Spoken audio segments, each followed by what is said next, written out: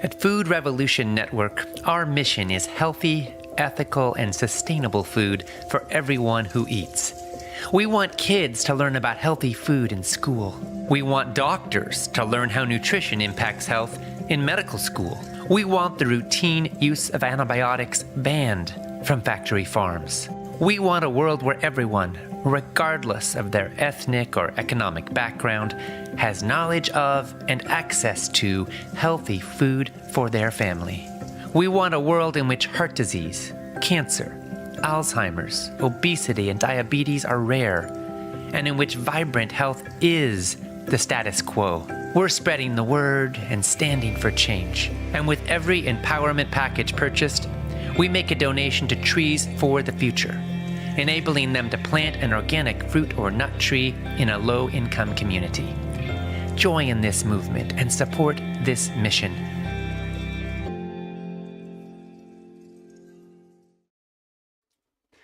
Hello everybody, I'm Ocean Robin. So excited that in about 13 minutes we're going to begin our broadcast of episode 7 of the Food Revolution Summit docuseries, our second to last day. Today our focus is the science of nutrition, exploring comprehensive studies, hot controversies, and the critical nutrients you need. Michelle said, hello, great to be here again, and lucky me, I bought the package so I can listen as many times as I like. Awesome, Michelle, congratulations, and thank you for being here and being a part of this journey with us. Jonathan said, sad I missed a couple episodes of the summit, but thank you so much for the wealth of knowledge. I have many unhealthy family members, one of which is now dealing with new heart issues. I'm trying to acquire all the knowledge I can to help them, as well as others that need a shift in their life. Whole Foods Plant-Based is the way we are designed to be, and I'm excited to see the shift on this planet. Thanks for everything y'all are doing. I'm learning so much from the summit, and it's putting some missing pieces together that make much more sense now. Jonathan, well, I'm sad you missed a couple episodes too, but I'm so glad you are here, and thank you for thinking about the people in your life that you care about, that you want to share this with. I think a lot of us are in that place. We all have loved ones, some of whom are struggling with health concerns, some of whom we worry about. And when you learn everything that you learn in this summit, it isn't just for you. It's for your whole community. It's for the people that you cherish and care about. They may not all want to do what you say they should do. They may not all want to eat the way you think they should eat, or live the way you think they should live, or think the way you think they should think. But you get to be a stand for what you value, what you believe in, and share with those who are interested. And the right knowledge at the right moment can make all the difference to somebody's life. And what a good feeling it is to know that you've made a difference in the life of someone that you care about. Saul said, this series is awesome. Thank you for your generosity in offering it for free. Sad I missed episode 3. I've been eating plant-based for 6 years now and still learning so much thanks to you. Aroha Nui from New Zealand. Well, Saul, thank you so much for being here. And we're sad you missed episode 3 as well, and we want you to be able to watch it for life. So we're going to gift you with an empowerment package. Our team will follow up with you. Congratulations. I know you will put it to good use. Kathleen said, thank you, Ocean and John, for the hours of work you put into the Food Revolution Summit docuseries. I've been so moved by the information and looking forward to receiving your new cookbook as soon as it's released. Unfortunately, my body has an unfortunate reaction to tofu, and I wonder if you have recipes that feature proteins other than tofu. Well, Kathleen, first of all, thank you for getting our cookbook. I'm so excited. For those who don't already know, it comes out October 29th, but you can pre-order a copy now and be the first to have it, other than me, of course, because I did get some pre-order copy or advanced copies, and I think it's just absolutely beautiful. It's one of the most beautiful books I've ever seen, and it's loaded with nutrient-loaded 30-minute meals to help you thrive. It's a cookbook.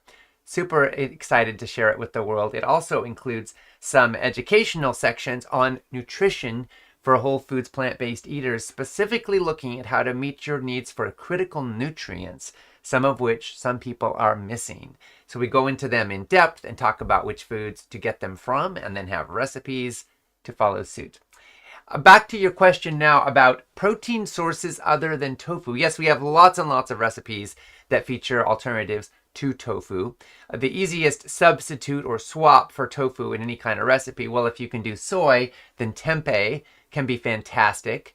But also legumes of all kinds. A lot of people use lentils or split peas or different kinds of beans can be wonderful. If you can't do any of that, you can still enjoy nuts and seeds, which can be great to feature. Seeds are even a little better than nuts, but nuts are amazing. And then the truth is that all whole plant foods contain every single one of the essential amino acids in different proportions and ratios, but they all have all of them. So what you want to especially steer clear from if you're wanting to emphasize protein is going to be avoiding things like bottled oils and added sugars, which give you lots of calories and no protein. All whole plant foods contain protein, whole grains, vegetables, everything. But legumes are a cut above, and then the soy products are even a cut above the other legumes. Hope that is helpful. As we move through the day, please continue to post and share in the comment section on the broadcast page. Tell us your top takeaways, what you're learning, your breakthroughs, your aha moments. Tell us what this means in your life and the lives of the people you love. You can use the button provided to see the latest comments, and you can also respond to others and show the love. You know, in a world where conflicting nutrition advice runs rampant, how do you know what is fact and what is fiction?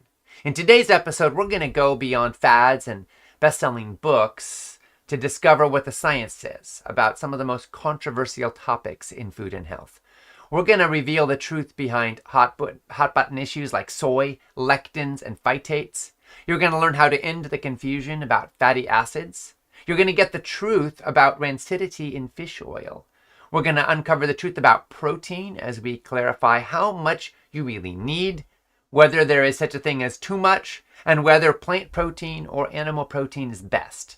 Plus, you're going to get a comprehensive rundown of the specific vitamins, minerals, antioxidants, and phytochemicals that you need to stay healthy now and in the future. If you just joined us, we'll be starting episode 7 in about 7 minutes, and I'm Ocean Robbins, your host, welcoming you.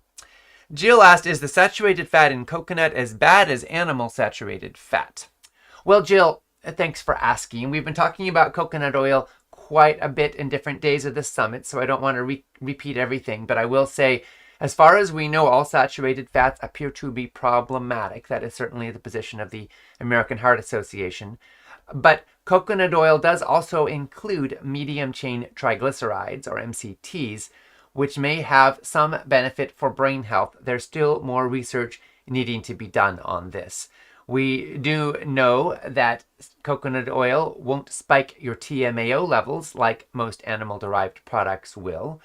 But I've got to say, if you have elevated LDL cholesterol levels, I think you probably want to try going off coconut oil too as part of a whole foods plant-based dietary approach to see what happens from there. Maggie said, I thought the pure form of powdered stevia was healthy. My naturopathic doctor says that stevia is the only sweetener that doesn't feed candida. The one that's processed with erythritol is the bad kind. Well, Maggie, thanks for raising this. So what's with erythritol typically is monk fruit, just to be clear. And there are also monk fruit sources that don't have erythritol. Both monk fruit and stevia are plants that are naturally very, very sweet and are essentially calorie-free or have very, very, very little calories.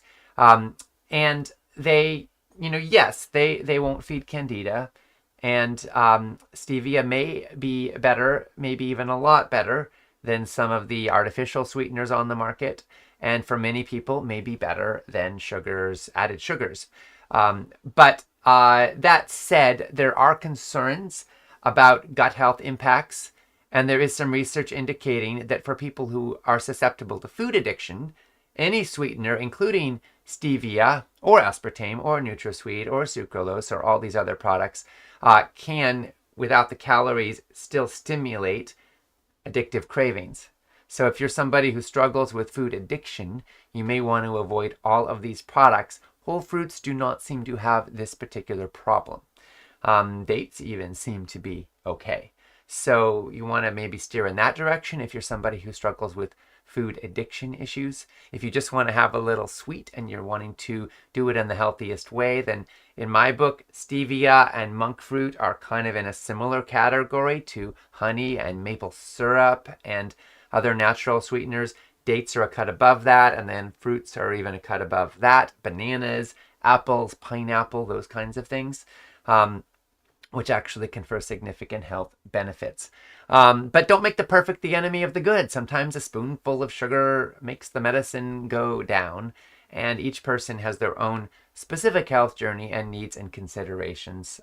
I don't think a little bit of pure stevia is going to harm most people, and it may make life more pleasant. And if it helps you to drink more, for example, hibiscus tea, which is super, super healthy, or enjoy other healthy foods, then that's wonderful. And if it helps you to get away from sugary soft drinks, then that's wonderful. So one step at a time, we keep moving in healthier directions and enjoying the vitality that comes with that. Connie said, hey, I am type 2 diabetic and still struggling with weight. I've been on Ozempic and metformin at the same time. I no longer take Ozempic, still on metformin. How do you stop eating sugary foods when you are so hungry? I have had COVID twice in 2022, and my taste for food isn't good. Sometimes food tastes good going down. Oh, I'm not quite sure about this sentence, but the bottom line here is, Connie, that it sounds to me like you are struggling with some of the food addiction issues that we actually talked about yesterday. A lot of us don't feel bad about that. We live in a toxic food culture, and food addiction is kind of the norm, honestly, when we struggle with not eating foods that are not in our best interest and we feel constantly hungry and loaded up with cravings. What I want to encourage you to do, if any of that is true for you, is to go to foodrevolution.org/food-quiz. I'll give that again in a second, but this is the website for a food quiz put together by Brightline Eating. My friend Dr. Susan Pierce Thompson is the leading expert in the world on how food addiction works in the brain and how to break free from it. And she wrote the best-selling book, Brightline Eating. And she put together a simple quiz. You can take it in 5 minutes, and it helps you assess how susceptible you are to food addiction. And if you're highly susceptible, she's got a program and some great resources to help you break free. And it can be life-changing and has been for so many people. Especially who are struggling with excess weight. So again, I promised the website again. So if you go to foodrevolution.org/food-quiz, again, that's /food-quiz, that's where you can get Susan's really helpful free quiz. Sheila said the struggle is real. I eat clean throughout the day, including protein, mostly plant-based. However, I find that night craving is intense. The clean eating almost gets thrown out the window, and I tend to grab anything that will fill the void. Any suggestions?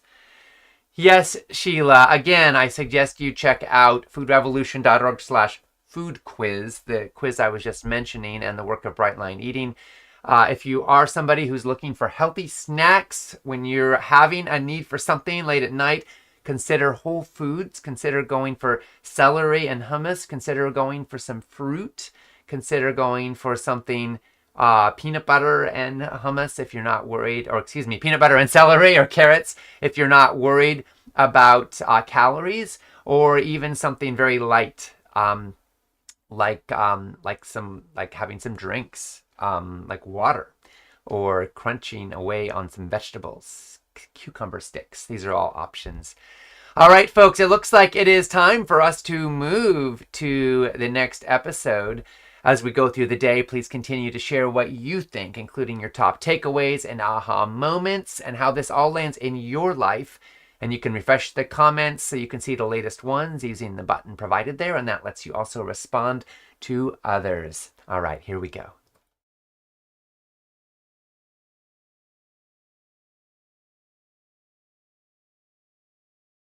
It's time for a food revolution. The food revolution is impactful. The food revolution is transformative.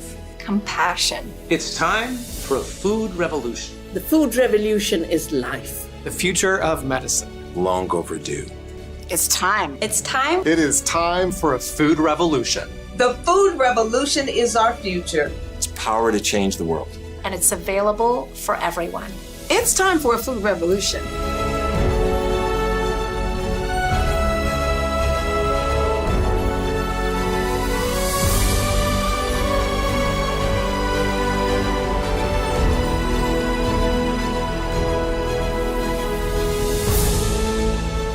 It's time for a food revolution. Join the food revolution. Join the food revolution. Now is the time.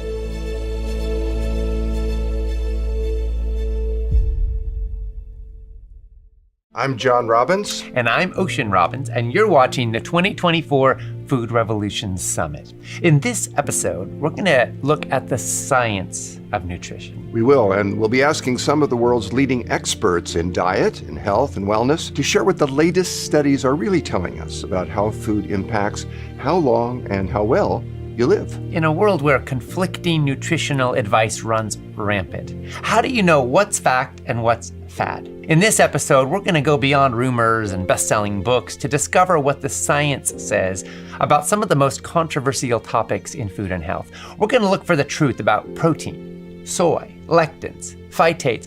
We're going to explore the myths and the realities of anti-nutrients and other issues with plant-based diets. You'll learn about fatty acids, fish oil, and you'll get a rundown of the specific vitamins and minerals and antioxidants and phytochemicals that you need to pay attention to in order to maximize your health. Why do you need money when you retire? So I can live the life I want to live. I said, so why don't we do the same thing with our health? Why don't we invest in our health for our health future? That means by what we pour into it, by our choices, every single day, what we choose to eat, this is adding to our future.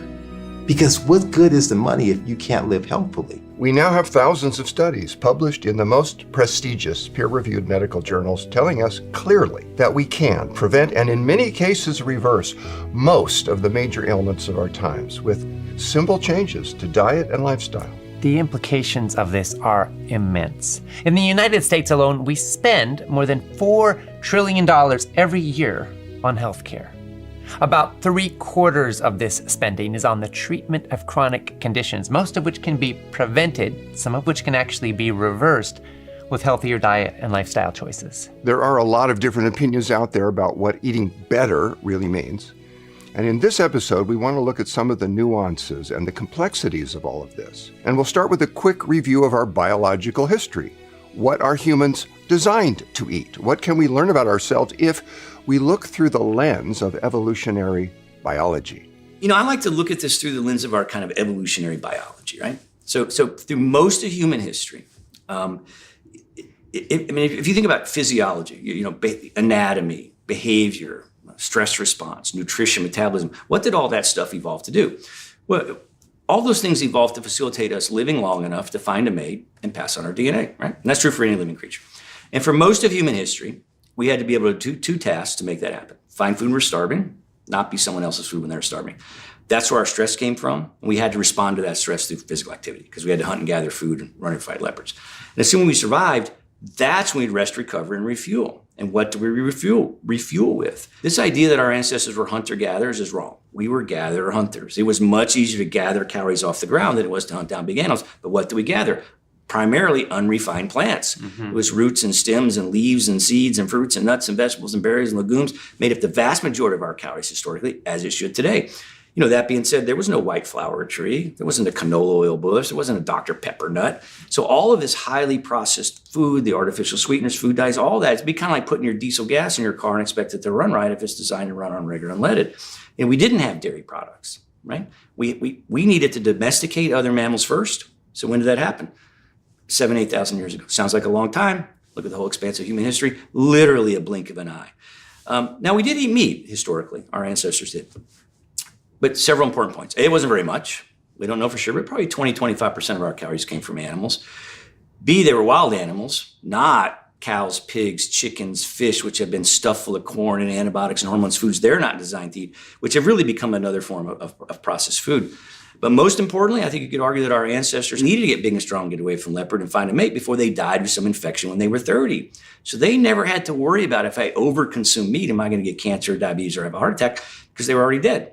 We've unmasked all of these chronic conditions, all of which are associated with both the overconsumption of animal foods as well as the processed foods I mentioned earlier.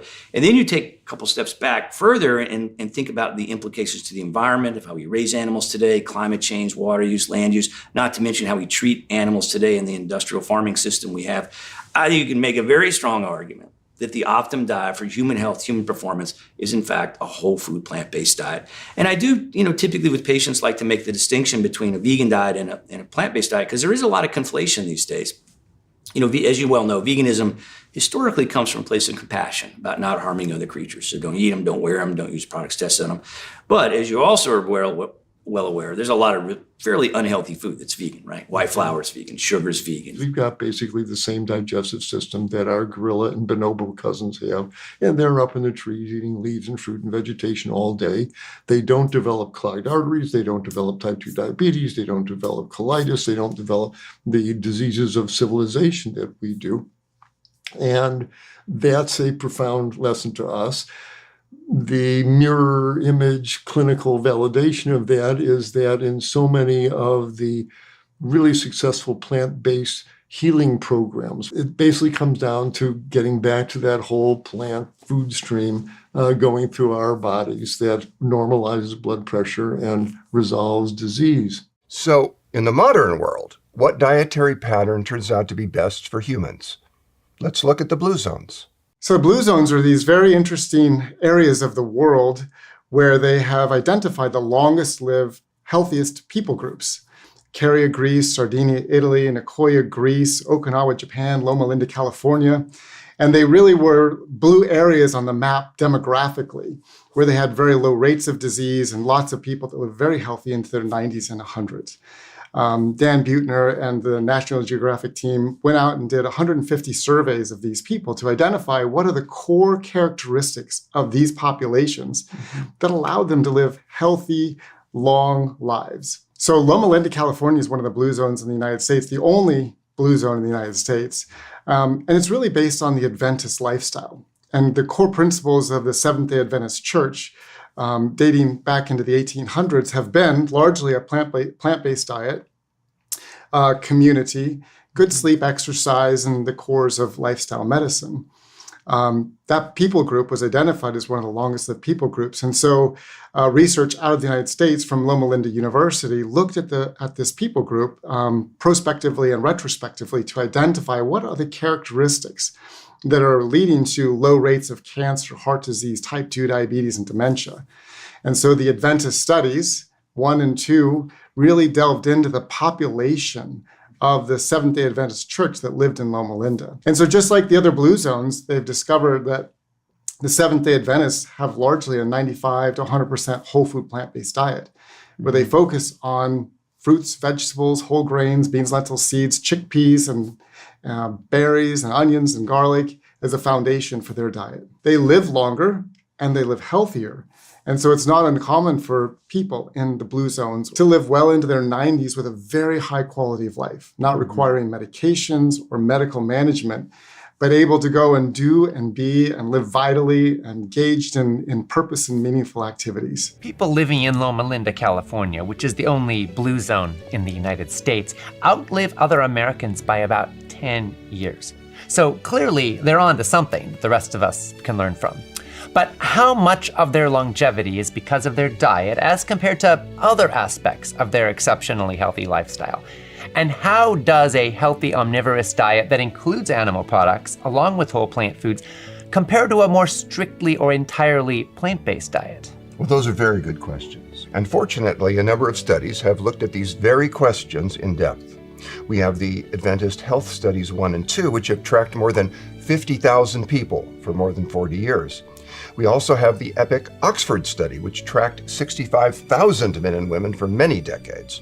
And we have 2 studies from Taiwan, the Taiwanese Health Study and the Taiwanese Vegetarian Study, which have been tracking thousands of participants for the last 20 years. And what's interesting about these studies is they didn't compare vegans with Western people eating a Western diet.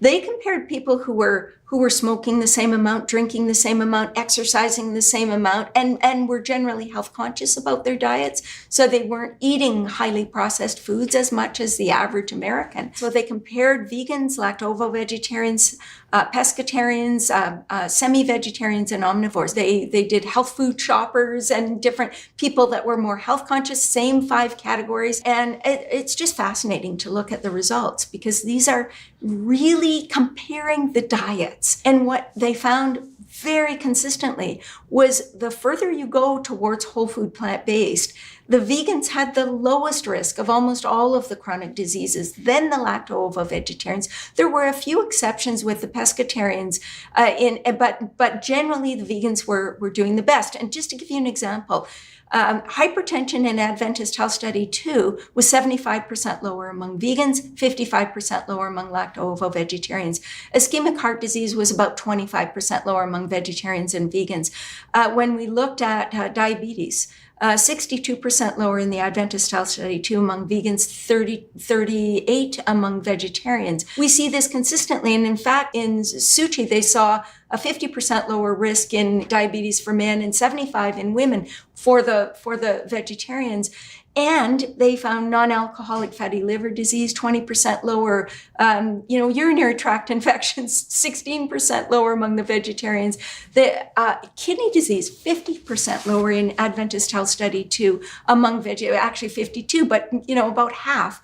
And then cancer 19% lower among vegans and in the Epic Oxford, and 16% lower among in the Adventist Health Study 2, and 58% less breast cancer in Suchi in the Taiwanese study. So this is really consistent. They found 30% less depression, 40% less cataracts in Epic Oxford in the vegans compared to the omnivores. So just over and over again. There are many diets out there, but it's really been clear to us that the healthiest diet is one that sets aside the animal products, that brings the plant products right up front in as natural a form as you can get.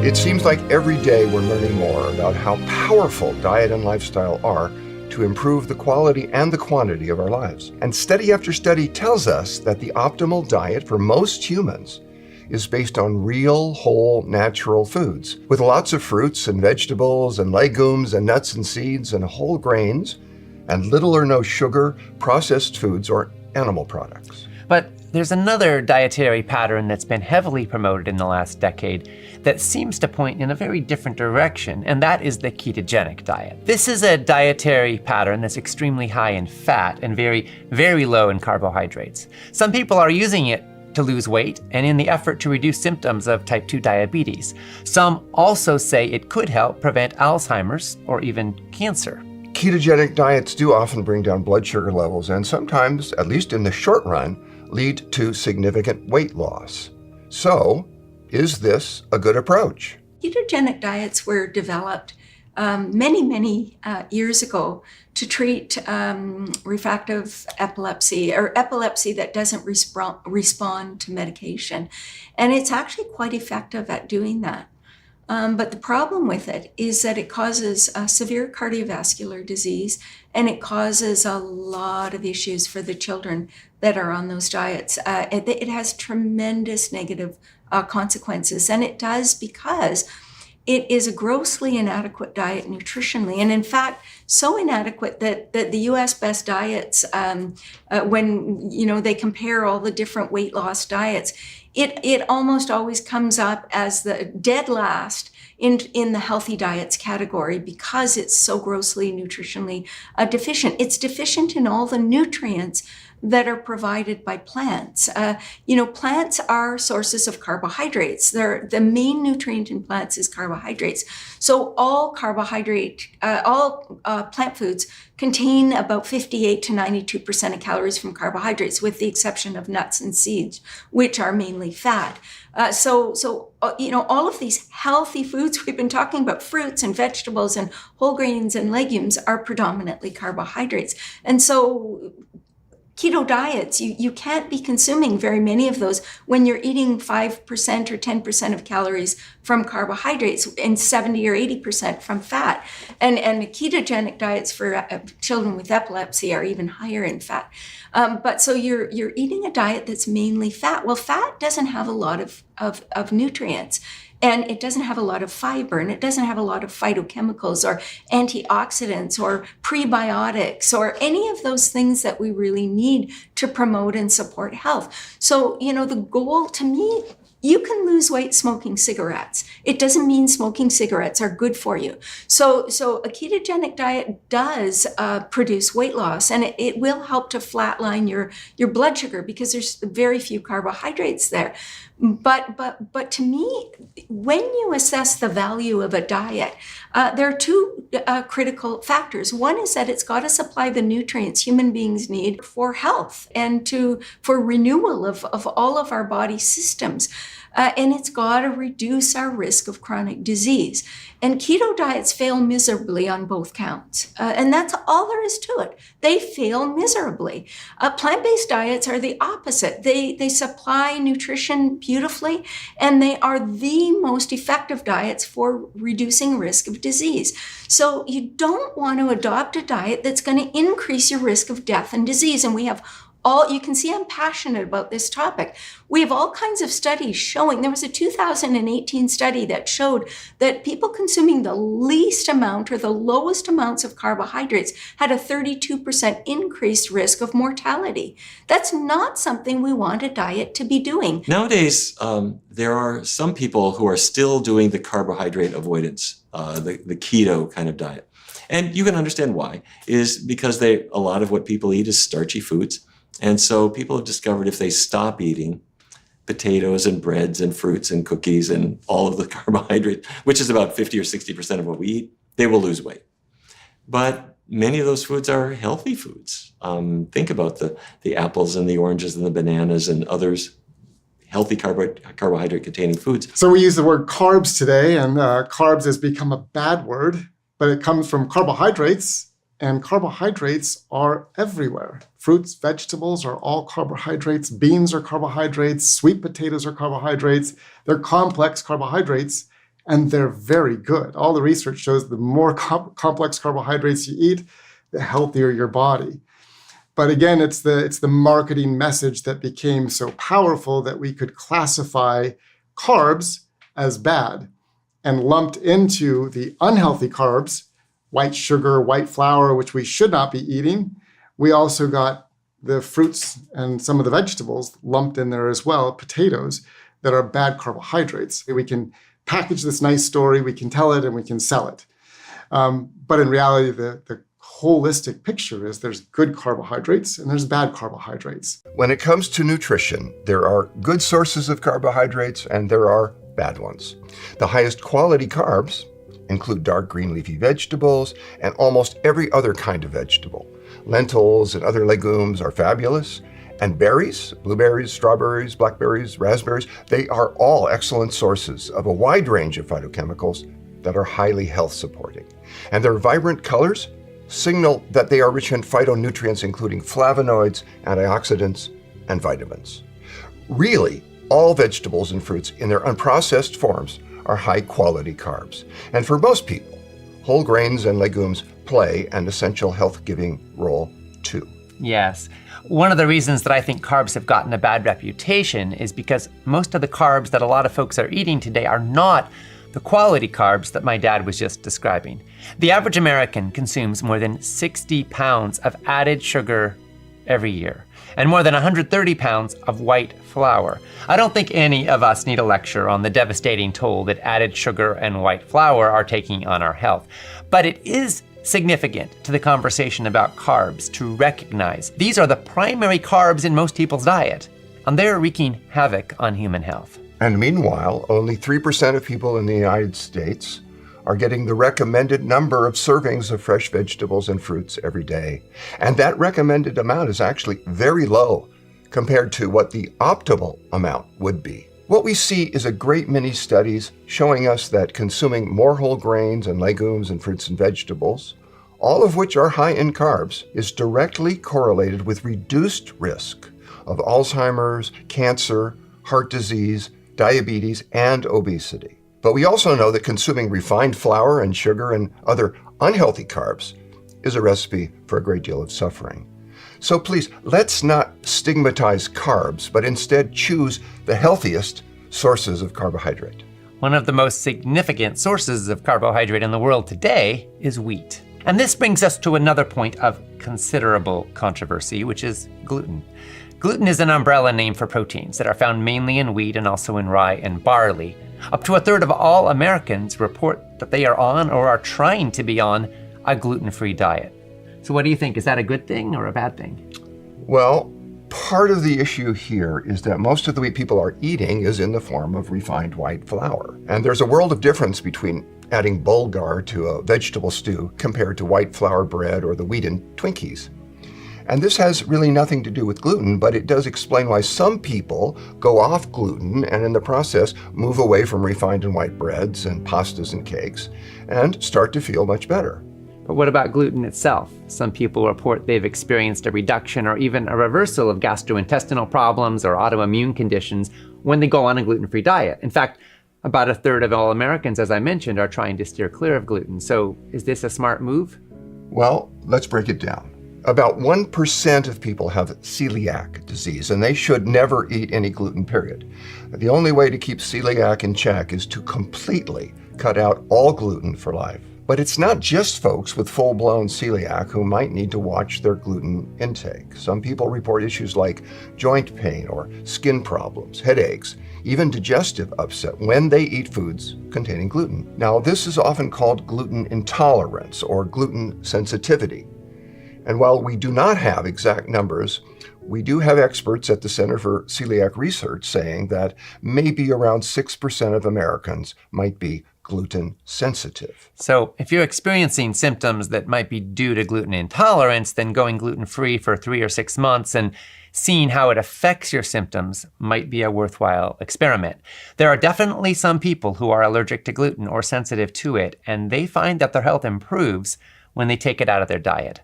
But that doesn't mean going gluten-free is right for everyone.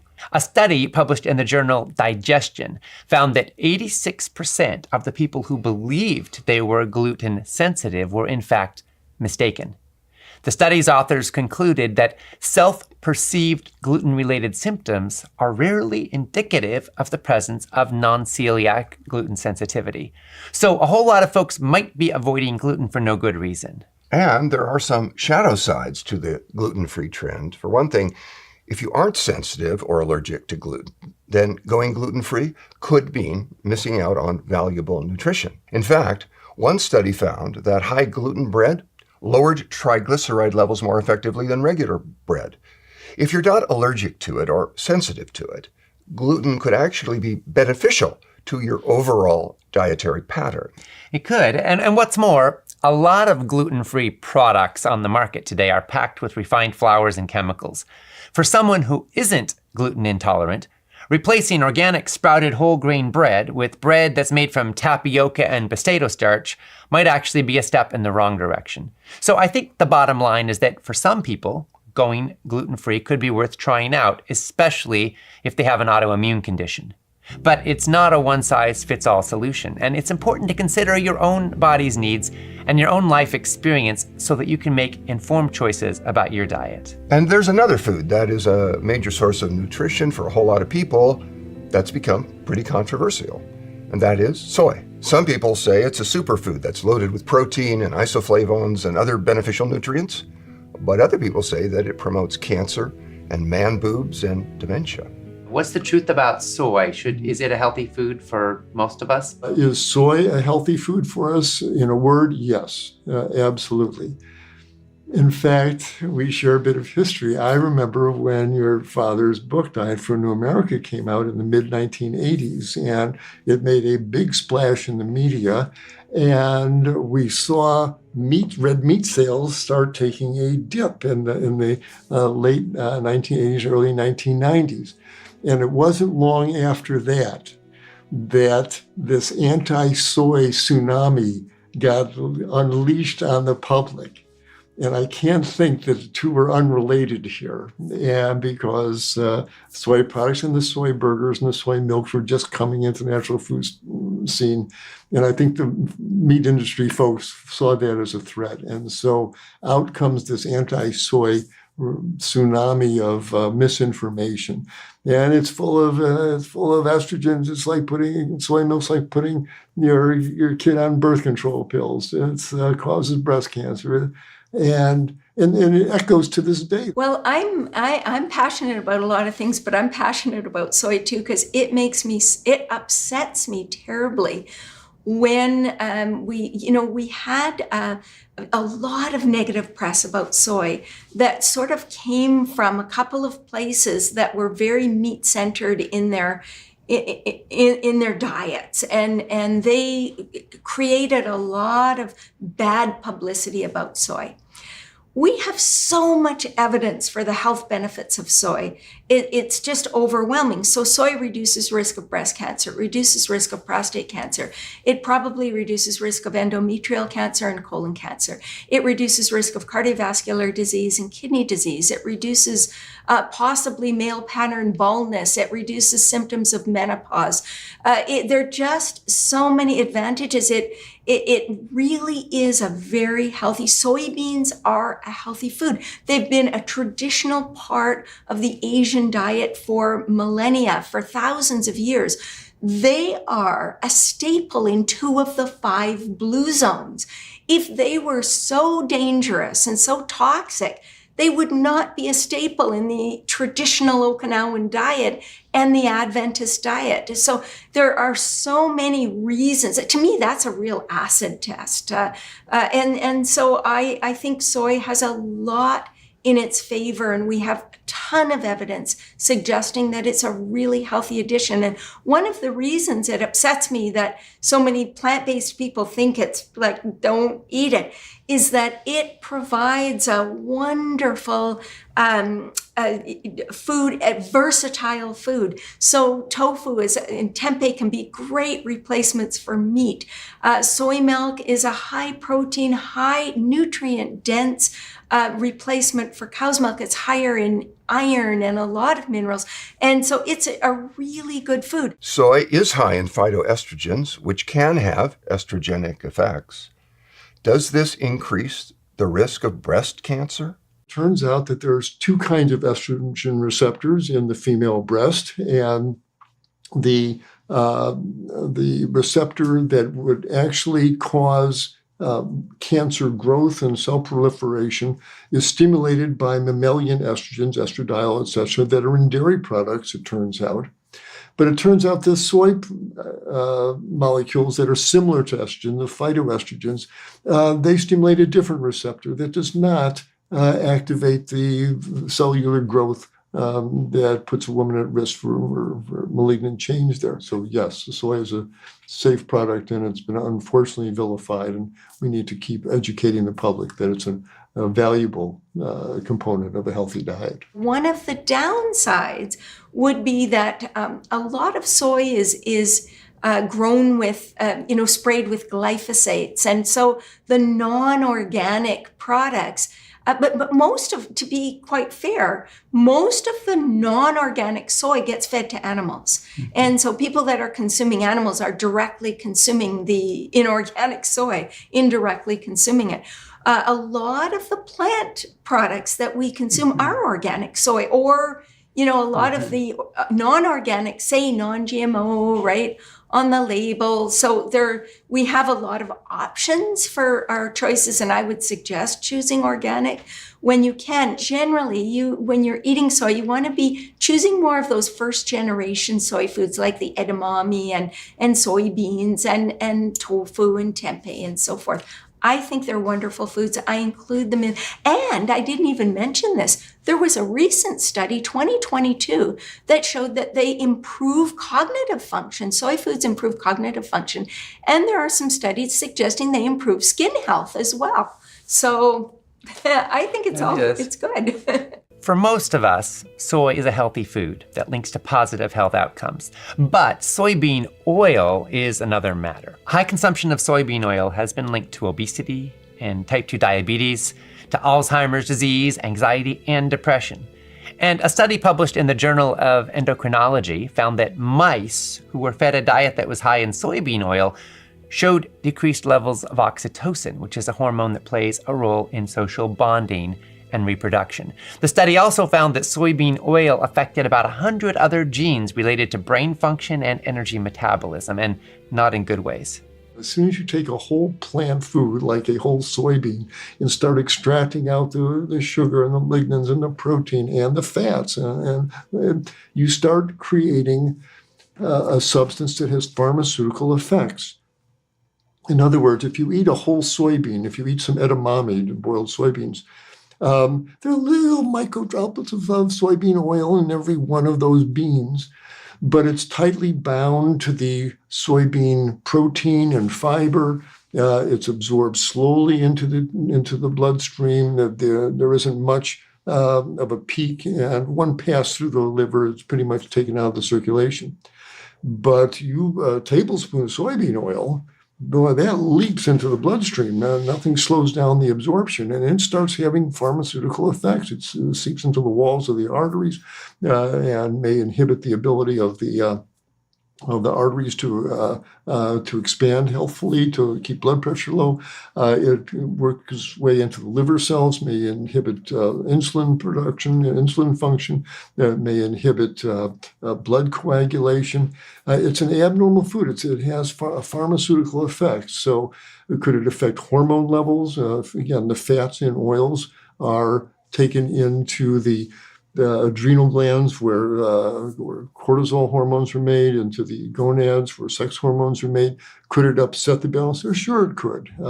So anytime you fractionate whole foods into their component parts, you've created a drug essentially, and I'm never surprised when the big oops shows up. Oh, we didn't expect that. Ooh, who thought about that? Well, we should think about any time you're fractionating foods that you're going to create a food with unexpected side effects. Okay, so soy is widely eaten in 2 of the blue zones where people live the longest and healthiest lives. Studies have found it to be protective against heart disease, type 2 diabetes, and many forms of cancer. There are concerns with processed forms of soy, and especially soybean oil, but on the whole forms of soy, including tempeh and edamame, and also soy milk and tofu, appear to have tremendous health benefits for most people. And it's important to get soy products that are organic or non-GMO if you can, because otherwise they almost certainly will have been sprayed with toxic levels of poisonous pesticides like glyphosate. Yes.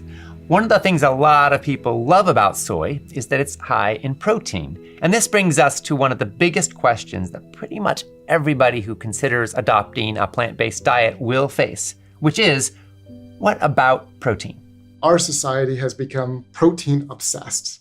Everywhere you look, it's all about protein. Protein bars, protein powders, protein substitutes. It's because, we've been taught that protein is important. In fact, the name means of prime importance.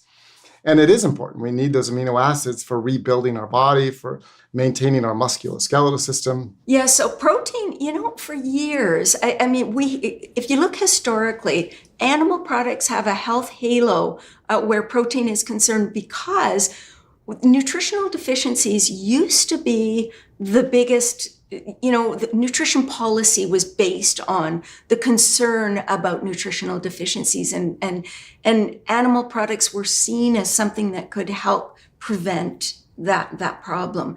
And so they acquired a bit of a health halo, if you will. And so we overvalued the protein quality of animal products and undervalued the protein quality of plant foods for human beings. And in my opinion, we missed a huge part of the protein quality conversation, which to me is very much about how a protein source impacts your risk of disease. Where protein quality is concerned, a couple of the things that I think are really important to understand is, we always say, or people often say, plant protein lacks certain amino acids, and that's not true. Every single plant protein has every single essential amino acid. And that's something people need to recognize. So it makes no sense to think we can't get our essential amino acids from plants. It's actually where they come from. And so when you eat a mix of plants, you eat a variety of plants, and you eat enough calories, generally you get enough protein, you get enough essential amino acids, and it's not a problem for most people. But what's interesting about a plant-based diet, it's about 10 to 15% protein, no matter what you eat. And it can be much higher. In fact, there was a study recently that showed that the average person on a plant-based diet gets 50 to 70% more protein than they may actually need on a daily basis. So looking at all of those numbers, we can see that the person that's getting sufficient calories every single day from plants is getting sufficient protein to meet all of their needs. And athletes, if they simply eat more calories to offset their calorie burn, they automatically increase their protein exposure. And they can increase some of the more protein-rich foods like beans, lentils, soybeans, and get 18 grams in a cup of beans. And so there's really misinformation around this area. But the benefit is that the confidence we can have from the research that you will get all the protein, all the essential amino acids that you need from a whole food plant-based diet. Plant-based eaters probably 50% more than what we need. So it really isn't as big of an issue as a lot of people think it is. Now, it doesn't mean it can't be an issue. It can be an issue for some individuals. We see it sometimes in teenagers who go from meat and potatoes to French fries and or hamburgers and soda to French fries and soda when they become plant-based. So they may not get enough protein if they're eating junk food diets. People with eating disorders may not get enough, or illnesses may not get enough because they're not eating enough food. There is a movement amongst some scientists, some medical doctors, that are upping the concept that the only complete proteins are animal proteins, that the only way to maintain muscle mass, which is important, particularly as we age, is animal protein.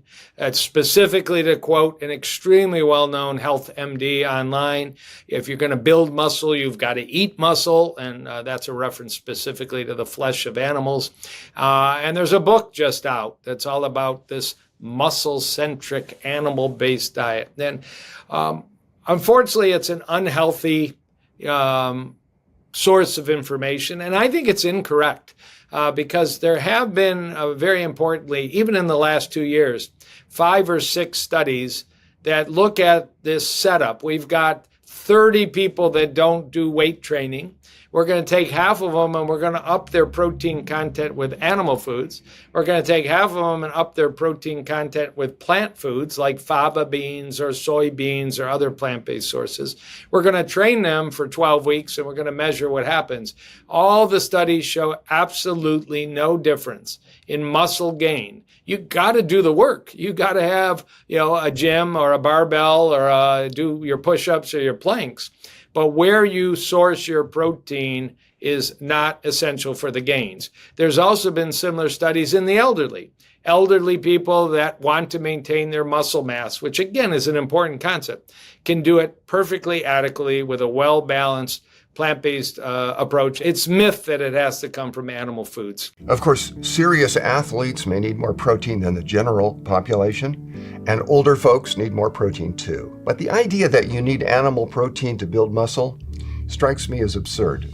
I'm 76 and I've eaten a whole foods plant-strong diet for 56 years, and I have no trouble at all building muscle. If you're looking to build muscle, there is an amino acid derivative that you might want to know about. It's called creatine. Creatine is naturally produced in the human body from the amino acids glycine and arginine. And there is a growing body of evidence that taking creatine monohydrate in supplemental form is helpful for muscle growth and also for cognitive function. Once you reach the age of 60, your protein needs do increase by about 10 or 20%. But once you reach that age, it becomes even more important to get your protein from plant sources like beans and split peas and other legumes rather than from animal sources. As we've been discussing in this series, many studies have shown that avoiding meat reduces your risk not only of heart disease, but also of Alzheimer's and other forms of dementia. And athletic performance might also be enhanced by greens, especially beet greens. I would say that all of the greens, beet greens, all of those are pretty magical. In fact, I would argue that if you watch the Olympics, a lot of the athletes now are not doping with traditional doping drugs. They're doping with beet greens and beet juice and other things like that. It turns out that when you have more nitrates in your body tends to, be able to deal with stressors, oxidative stress, other types of stresses better, and it actually can improve athletic performance. So beet greens and supplemental creatine might be helpful to building muscle and to athletic performance. But what about branched-chain amino acids? Lots of athletes are buying branched-chain amino acid powders or supplements, particularly leucine, methionine. And the aging data, and particularly what's often called the anti-aging data, is very strong that high intake of methionine and leucine amino acids may actually trigger aging pathways. And aging is associated with diseases like cancer. So I shy away and don't advise my patients to supplement with branched-chain amino acids. It may be one of the advantages of plant-based diets, that we are what is called a low methionine diet. And there's plenty of research articles people can look up about the advantages of low methionine diet. By shifting your diet towards a more plant-based direction, you're naturally restricting methionine, which is really kind of the most toxic amino acid when it comes to impairing one's longevity. So you need enough protein, and most of us are getting plenty. Athletes and bodybuilders need the most, but they're also likely to eat the most calories overall. Elderly people need a bit more, and you can get into deficiency if you eat a junk food vegan diet because there's no protein in bottled oils or cornstarch or added sugars, and there's very little in white flour. But if you eat a whole foods plant-powered diet and you eat enough calories overall, you'll almost certainly get the protein that you need while limiting your exposure to the branched-chain amino acids that can fuel cancer and premature aging. Yes, and that's an important point because there's actually a danger to getting too much protein, especially if it's coming from animal products. And why is that? Well, when you consume more protein than your body needs, it isn't stored as protein. Instead, it's converted to fat or it's eliminated through your kidneys, and that can contribute to osteoporosis and to kidney stones. And that's not the only problem that too much protein can cause. We've been so programmed to think that when it comes to protein, well, the more the better. That this may seem surprising, but the International Scholarly Research Network published a meta-analysis of 31 studies on protein intake and disease. And they concluded that overconsumption of protein was associated with higher rates of cancer, osteoporosis, renal disease, disorders of liver function, and coronary artery disease. Some of the most significant research on high protein diets has been conducted by Dr. Walter Longo from the Longevity Institute at the University of Southern California. In 2014, his team published a study. They tracked more than 6,000 people over the age of 50 for nearly 20 years. The study found that between the ages of 50 and 65, participants who consume more than 20% of calories from protein were 4 times more likely to die of cancer than those who consume less than 10% of their calories from protein. The increase in cancer risk associated with getting more than 20% of their calories from protein during these years was on par with smoking 20 cigarettes per day. And in this study, people over the age of 65 who consumed more than 20% of their calories as protein did not have the same increased risk of cancer. Why do you think that would be? The researchers think that it has to do with the growth hormone IGF-1.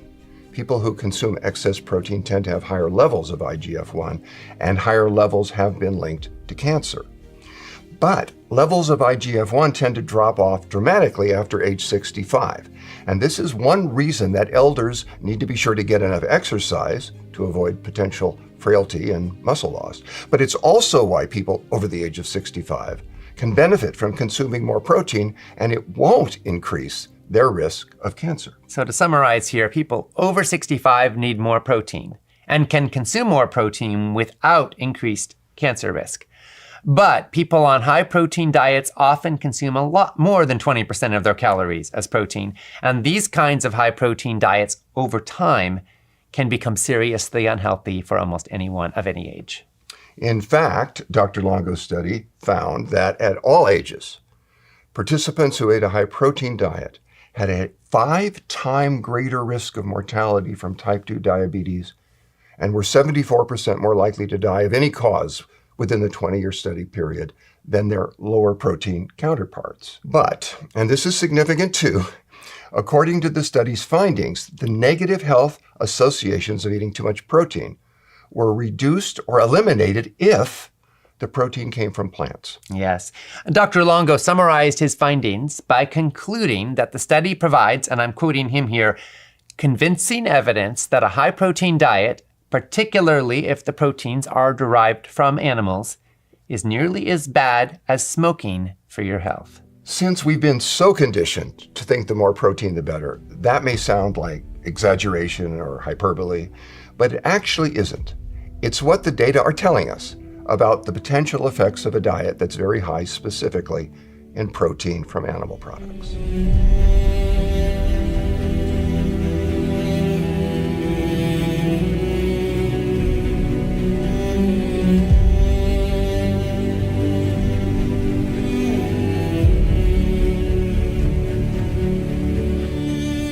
So we've talked about carbohydrates and we've talked about protein. Now let's talk about the other macronutrient in our diets, which is fat. And specifically, let's talk about essential fatty acids. The omega-3 and the omega-6 are what is known as essential fatty acids. Essential in this context means that you have to get it from food. Omega-9 is not an essential fatty acid because the body produces it itself, kind of like how the body also makes cholesterol. That's why cholesterol is not an essential nutrient. But omega-3 and 6 you have to get from food. Now, part of the issue is that for optimal health, you want a balance of omega-3 and omega-6. The average American diet is very high in omega-6, largely because you find that in seed oils and soybean oil and corn oil, and very low in omega-3s. So omega-3s are found in chia seeds, flax seeds, walnuts. So when we talk about pro-inflammatory compounds, a lot of the inflammation comes from the overconsumption of omega-6 fatty acids, right? So omega-6 fatty acids, we ingest these short-chain fatty acids, they get elongated, and they're the precursors on the omega-6 side to these pro-inflammatory compounds, leukotrienes, prostaglandins.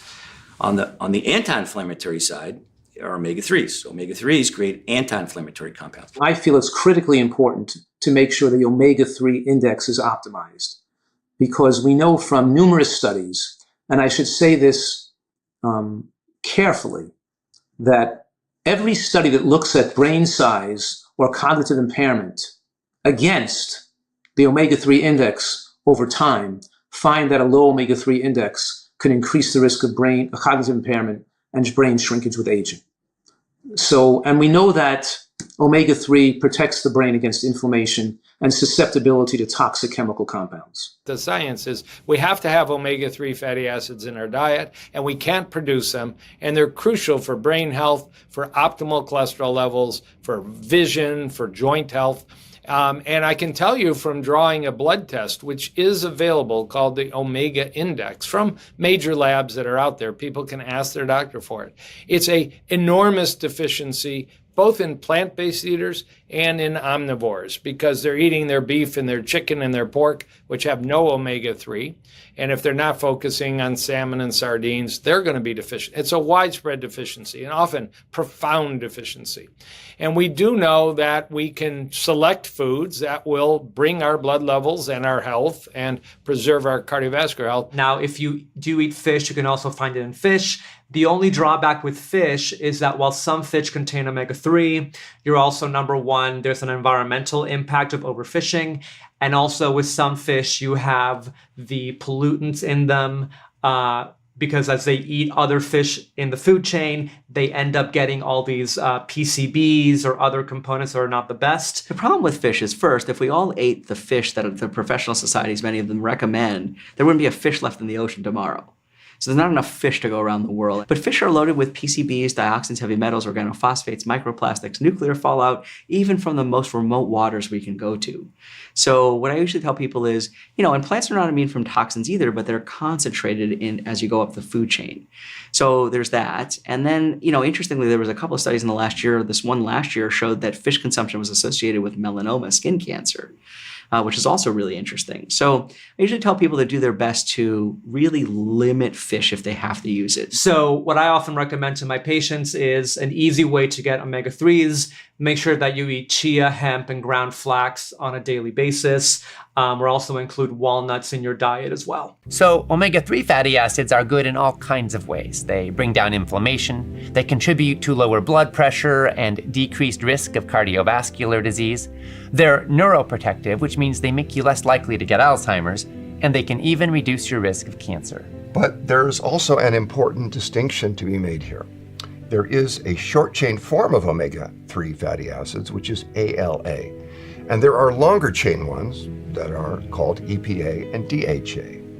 Plant-based eaters often have higher levels of ALA in their diets, but we don't just need ALA. EPA and DHA are really critical too. Now, we can convert ALA into EPA and DHA, but people vary greatly in how efficiently they make that conversion. And in older people in particular, the conversion rate decreases. Now, this is one reason I take an algae-based supplement every day containing both EPA and DHA, and I also eat freshly ground chia and flax and hemp seeds every day. What people need to know is that the omega-3s in plants are in the form, they are the parent fatty acid, alpha-linolenic acid, and it's in chia seeds and flax seeds and hemp seeds and walnuts. Half of the fat in greens is omega-3, but greens are so low in fat that you would have to eat 20 or 30 cups of them to meet your recommended, intake. But the problem with ALA is the biologically active forms of omega-3 are EPA and DHA, so EPA and DPA is the next on the conversion line, and then DHA. And so those are the more biologically active omega-3s. And so if we're not eating any of those, and they're mostly in fish, we have to rely on our bodies to convert.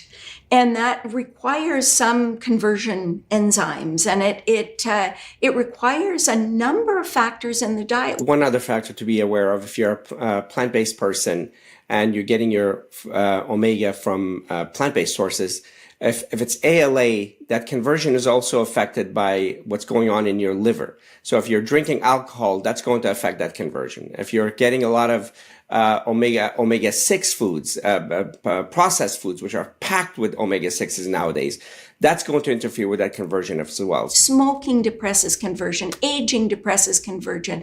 Pregnant and lactating women tend to be more efficient converters because their bodies just know that they need to be prepared for pregnancy. And when you're growing a baby to make a brain, you need DHA, so the conversion is naturally better. But conversion tends to be slow and fairly, just inefficient, if you will. And so there's a question of whether or not vegetarians and vegans, because our intakes, vegetarians at least 30% lower amounts in the bloodstream than omnivores. Vegans probably 50 to 70% lower. And so there's a question, would we be better off including a direct source of EPA and DHA? And when that question first arose back in the 70s and 80s, we didn't have a vegan DHA and EPA supplement. Now we have tons. There's just all kinds, and it comes from the same place fish get their EPA and DHA, microalgae. So it comes from microalgae. And so that is a source. And in my humble opinion, it makes good sense to be supplementing with it. We don't know for sure that we absolutely need it, and especially for children that are born plant-based and have never eaten fish and their conversion is really efficient, we don't know for sure. But just to be on the safe side, I would suggest including a supplement.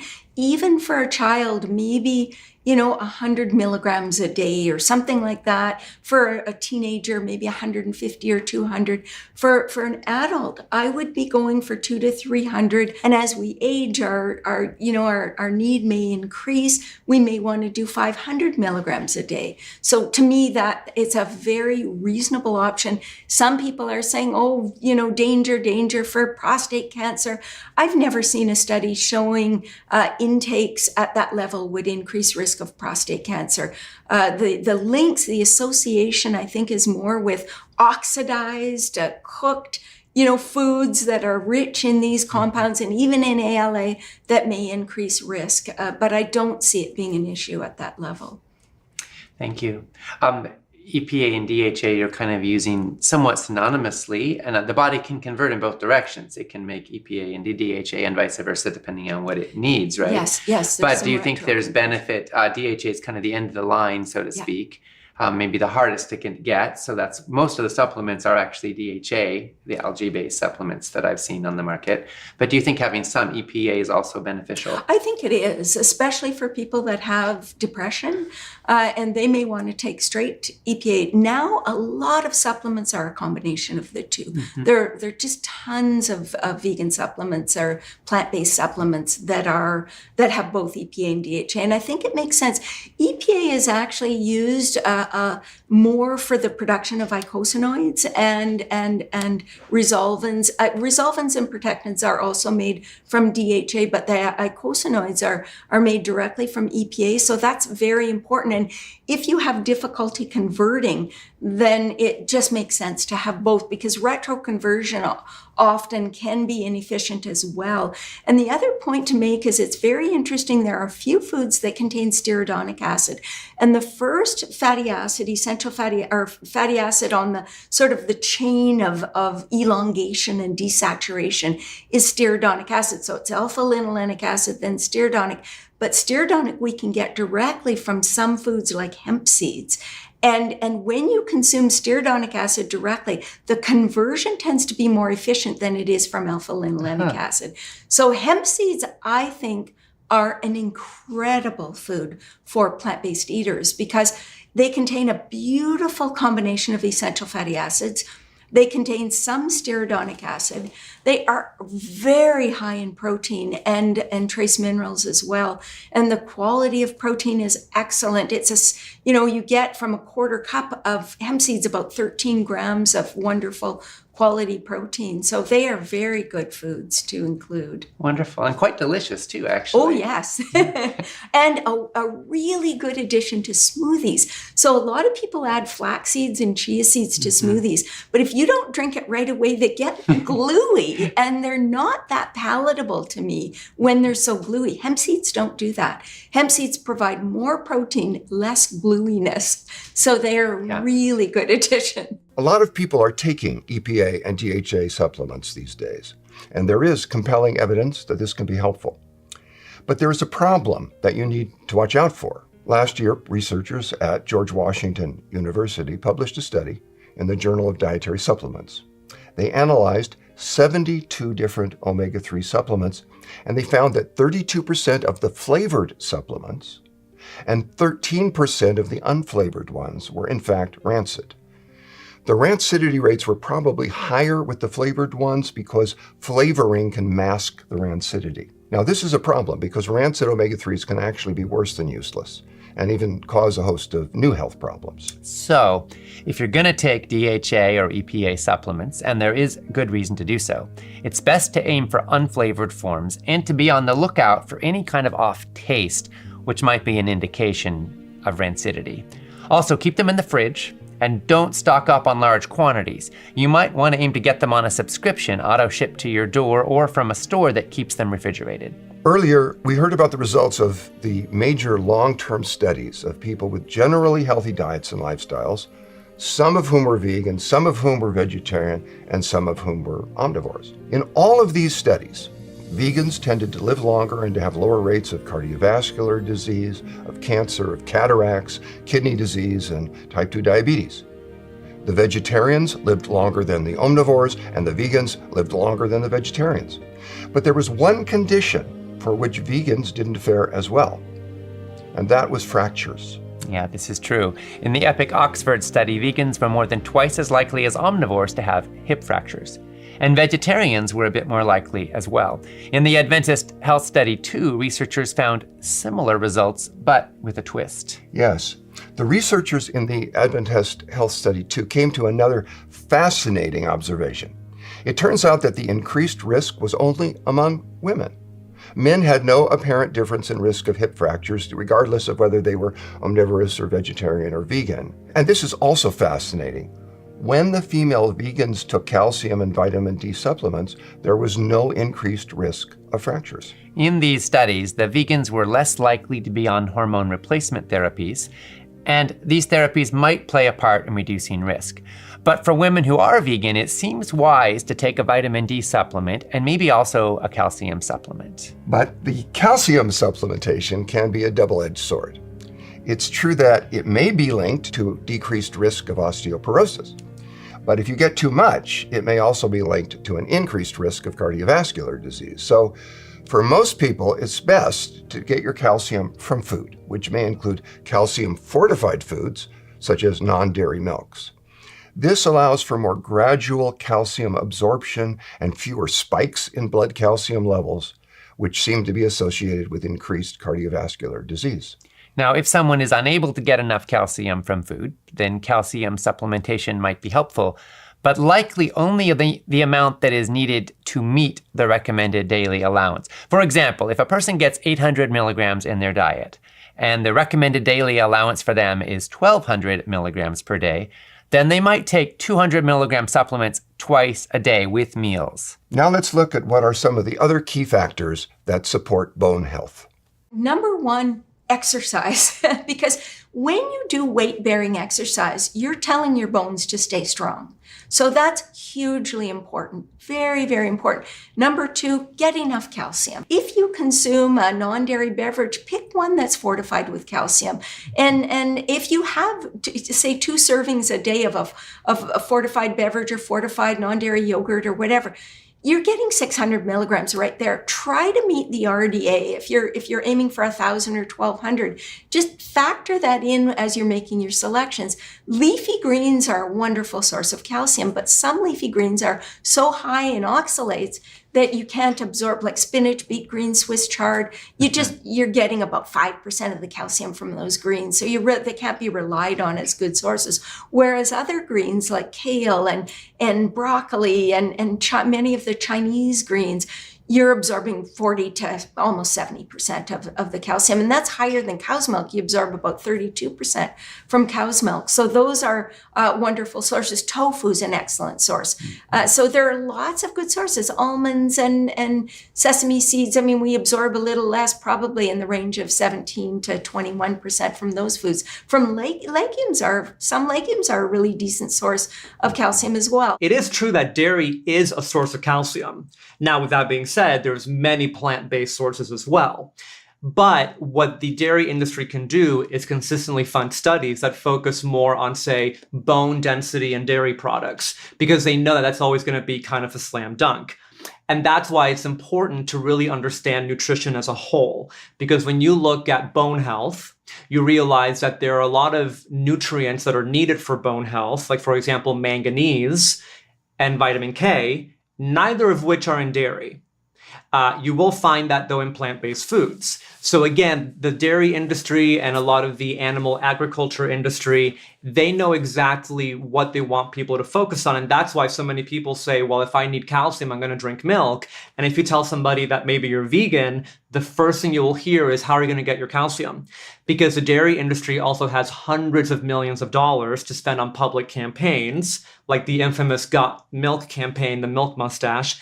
That was hundreds of millions of dollars. Plant-based foods don't have that kind of budget, and people may not realize that there is also calcium in almonds, oranges, and chickpeas. And then, of course, vitamin K, and we need enough potassium and magnesium, and so these are all nutrients, zinc, and all of these nutrients are important to bone health. And even vitamin B12 is important to bone health. Mm-hmm. Vitamin A, we don't want to get too much, but we don't want to get too little. So they're all important nutrients.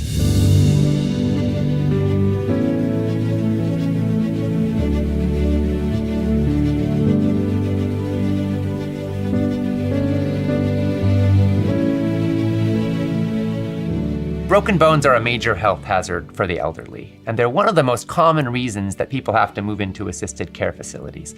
So let me ask you a kind of unusual question here. If for some reason someone wanted to guarantee that they'd have weak bones in their senior years, how would they do it? Well, if somebody wanted to do that, here's how. Throughout your life, drink a lot of alcohol, don't exercise very much, eat a lot of meat, and drink plenty of sweet carbonated beverages. And if you're vegan, make sure you're eating a junk food vegan diet without much calcium. And definitely do not supplement with any vitamin D3. All that would pretty well guarantee that you'd have weak bones, prone to fracture.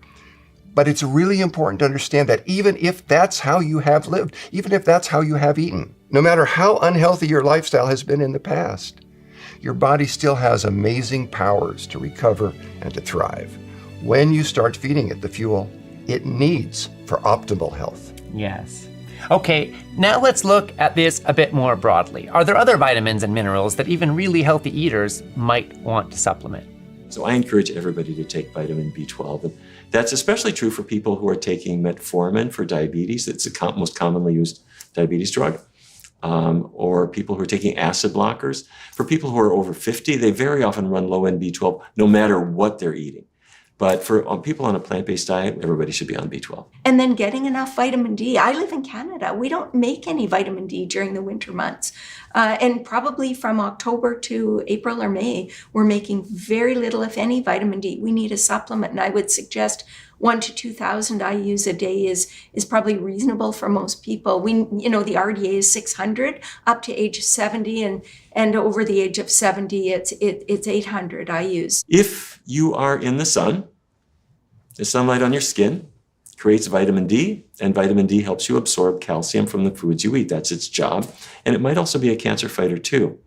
But if you're indoors all day, if you're working inside, and when you go outside, you use a sunscreen so that the UV light doesn't penetrate, you don't make vitamin D anymore. So that's why a lot of doctors nowadays are saying take a supplement. And what many would say is about a 2,000 international unit supplement every day is a good dose, and I'm inclined to believe that. So vitamins B12 and D3 and K2 and an algae-based DHA and EPA supplement could all be important. What about zinc? So the big three are B12, long-chain omega-3 like DHA and EPA, which are available from vegan sources, and zinc. Because zinc also is not as absorbable from plants as it is from animal products, because the phytates bind zinc. And we know there's too much evidence from scientific studies that taking a little extra zinc has beneficial effects on immunosenescence and neurological senescence. What I mean, let me define those words for a minute, because we're saying that it's natural for the immune system to age and be less effective as we approach 100 years old, increasing our risk of developing pneumonia or other infections that can cause death. And it's natural for our muscles to get weaker, our bones to get weaker, our brain to get weaker, our immune system to get weaker. That's part of the process of aging. And the studies show that idealizing the zinc level, which is a little more than what you get from a vegan diet, is better to resist immunosenescence, less prostate cancer, less breast cancer, less neurologic deficits, less dementia, when you have more zinc adequacy with aging.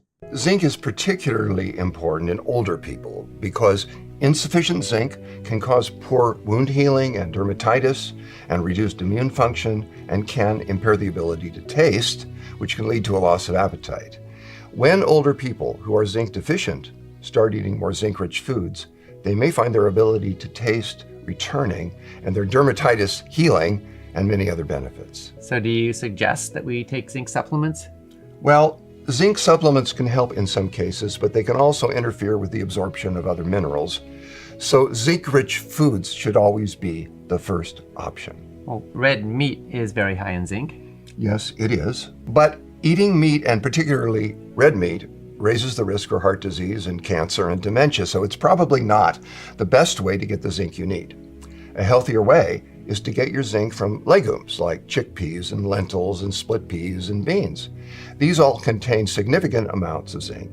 And if you soak your legumes before cooking them, this increases the bioavailability of the zinc that's in the beans and the other minerals too. Seeds and nuts are also great sources of zinc, especially hemp seeds, sunflower seeds, pumpkin seeds, sesame seeds, peanuts, which are kind of an honorary nut, I think, and almonds.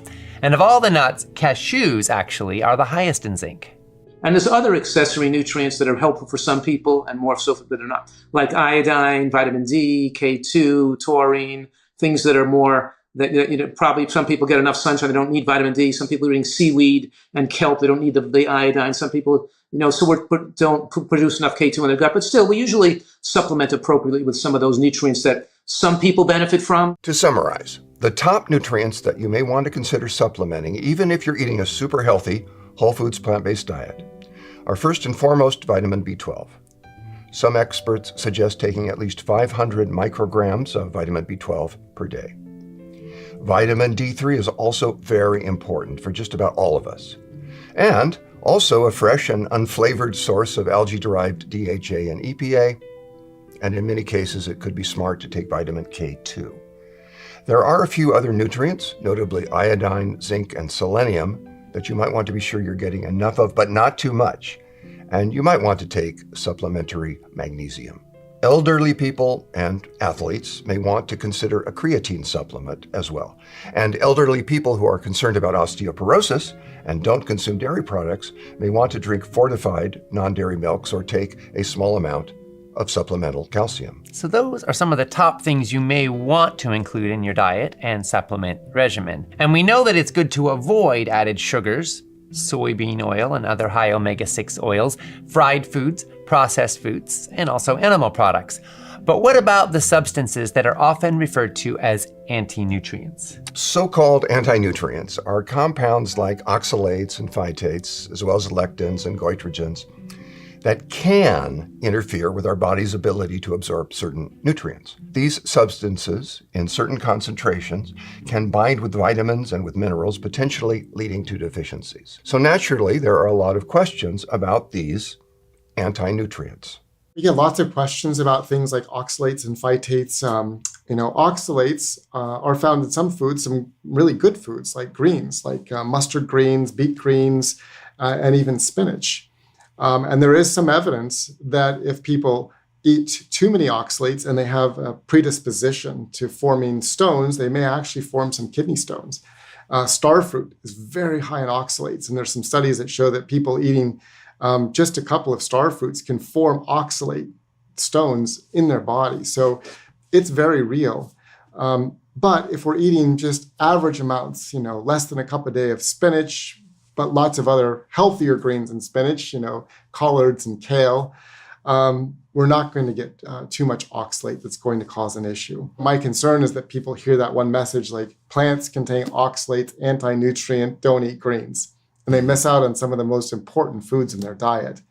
But it's a smaller percent of the population, and it's just removing some of those higher oxalate foods and being careful with those greens, beet greens, mustard greens, and spinach. Eating some of the others. Phytates, one of the concerns is, binding to iron and other minerals that begins leaching those things out. But there's also research that shows that phytates can have a positive impact in our health as well. And so, I think a lot of these questions are answered by looking at a well-balanced whole food plant-based diet, not eating too many phytate-rich foods, not eating too many nuts, not eating too much spinach, and getting lots of leafy greens and berries and lentils, beans and herbs and spices, and in that way, through the balanced diet, avoiding some of the potential for getting higher exposure to some of these anti-nutrients.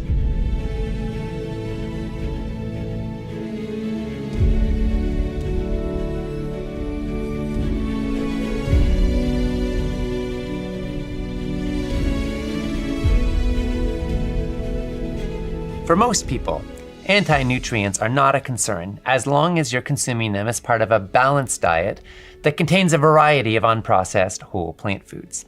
Plant-based diets that contain these compounds also contain thousands of other compounds, many of which counteract the potential effects of the so-called anti-nutrients. And in fact, some anti-nutrients may actually provide health benefits and may even be therapeutic agents for a number of conditions. For most people, the substances that have unfortunately been categorized under the foreboding label anti-nutrients appear to be benign, if not beneficial. Now I want to ask you something here. We've received a lot of questions about lectins. Some prominent doctors and authors are telling us lectins in certain plant foods are dangerous, are actually killing us. One extremely popular book warns against eating beans, nuts, and many fruits and vegetables. Why? Because they contain lectins. So I want to ask you, what are lectins and are they dangerous? Well, those are good questions, and there is a lot of confusion about these topics, and I hope we can clear it up a little bit. Now, lectins are proteins that bind to carbohydrate. There are thousands of kinds of lectins. They're present in plant foods, and they're also found throughout nature in animals and in all kinds of microorganisms. In plants, they're part of the plant's self-defense mechanisms. They help to protect against pathogens and insects. And this is similar to other phytochemicals, such as flavonoids, which serve as natural defenses in plants and are extremely beneficial nutrients in the human diet. Now, there are some prominent authors telling us that lectins disrupt digestion and are anti-nutrients.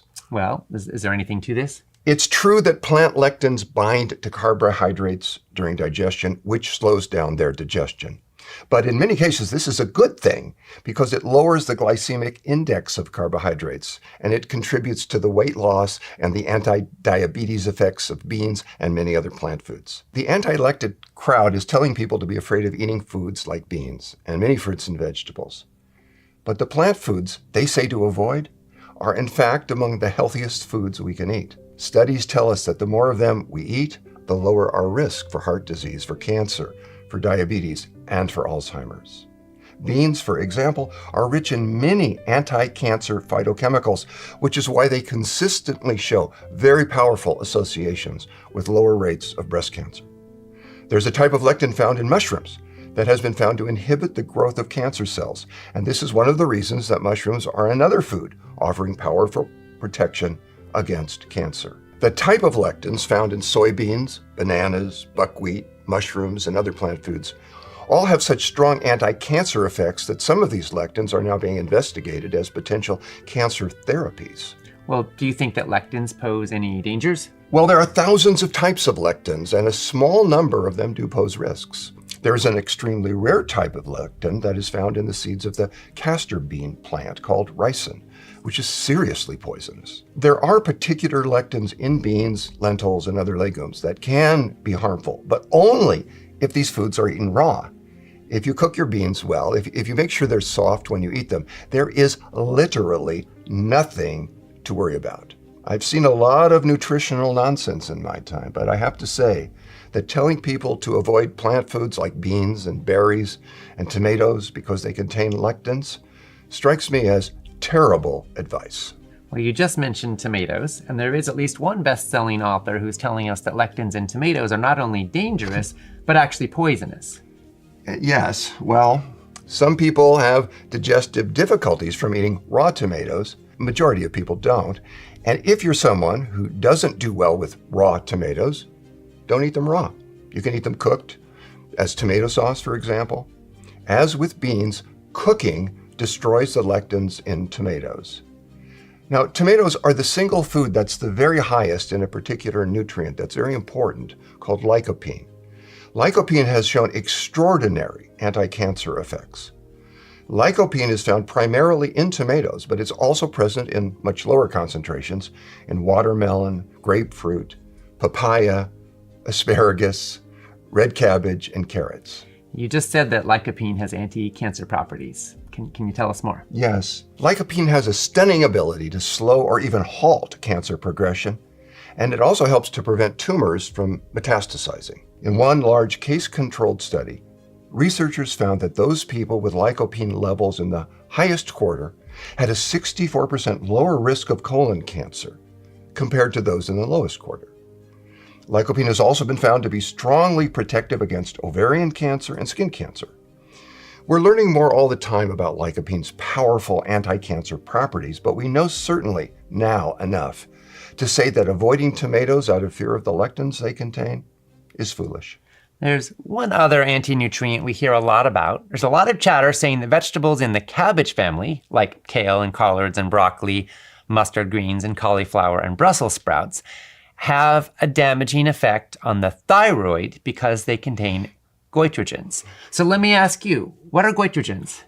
Well, goitrogens are substances that can block iodine from entering the thyroid and eventually cause a swollen thyroid or goiter. Because iodine is critical for healthy thyroid function, some people have come to believe that if you consume too many goitrogens, then your thyroid will not function properly, leading to an underactive thyroid and Hashimoto's condition. If goitrogens block iodine from entering the thyroid, and if your thyroid needs iodine to be healthy, and if vegetables in the fat cabbage family contain goitrogens, then I could see why people would be worried. Yes, it's understandable, but the truth is that the amount of goitrogens in these wonderful vegetables is so low that you would need to consume an enormous amount of them for their goitrogenic constituents to have any impact at all on your thyroid. You'd have to eat 10 cups of raw Brussels sprouts in a single meal, or 5 pounds of raw kale at a single sitting, before you'd even start to see an effect. And if you cook these vegetables, the amounts would have to be even greater before there'd be any effect. The goitrogenic effect of these vegetables is quite low to begin with, and when you cook them, it becomes much lower still. Thyroid problems are widespread today. A lot of people are dealing with them, and they seem to be increasing. If it isn't goitrogens that are the cause, then what is it?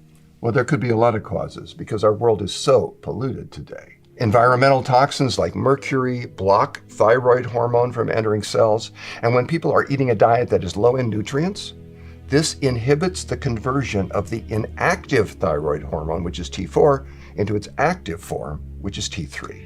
More than 10% of women have some degree of thyroid hormone deficiency, and nearly as many men. If you have a diagnosis of hypothyroidism, I don't think it likely makes sense to cut back on vegetables in the cabbage family.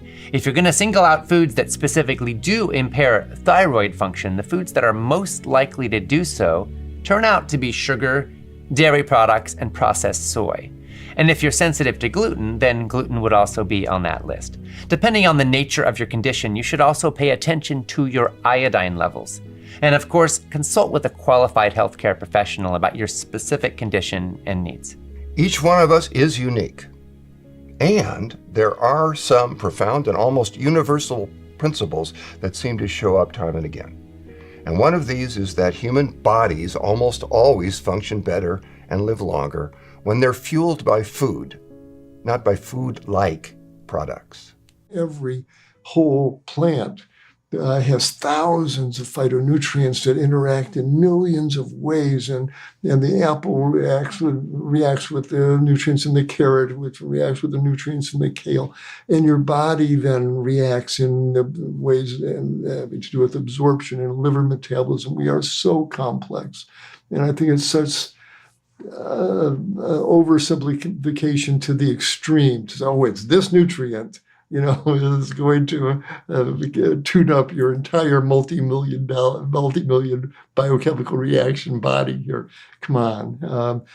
Make sure the whole food stream is as whole and healthy as possible, and your body will know what to do with it. That's why you and all of us are trying to say it's whole foods. Eat what nature grew in the garden for you, and your body will take care of the rest.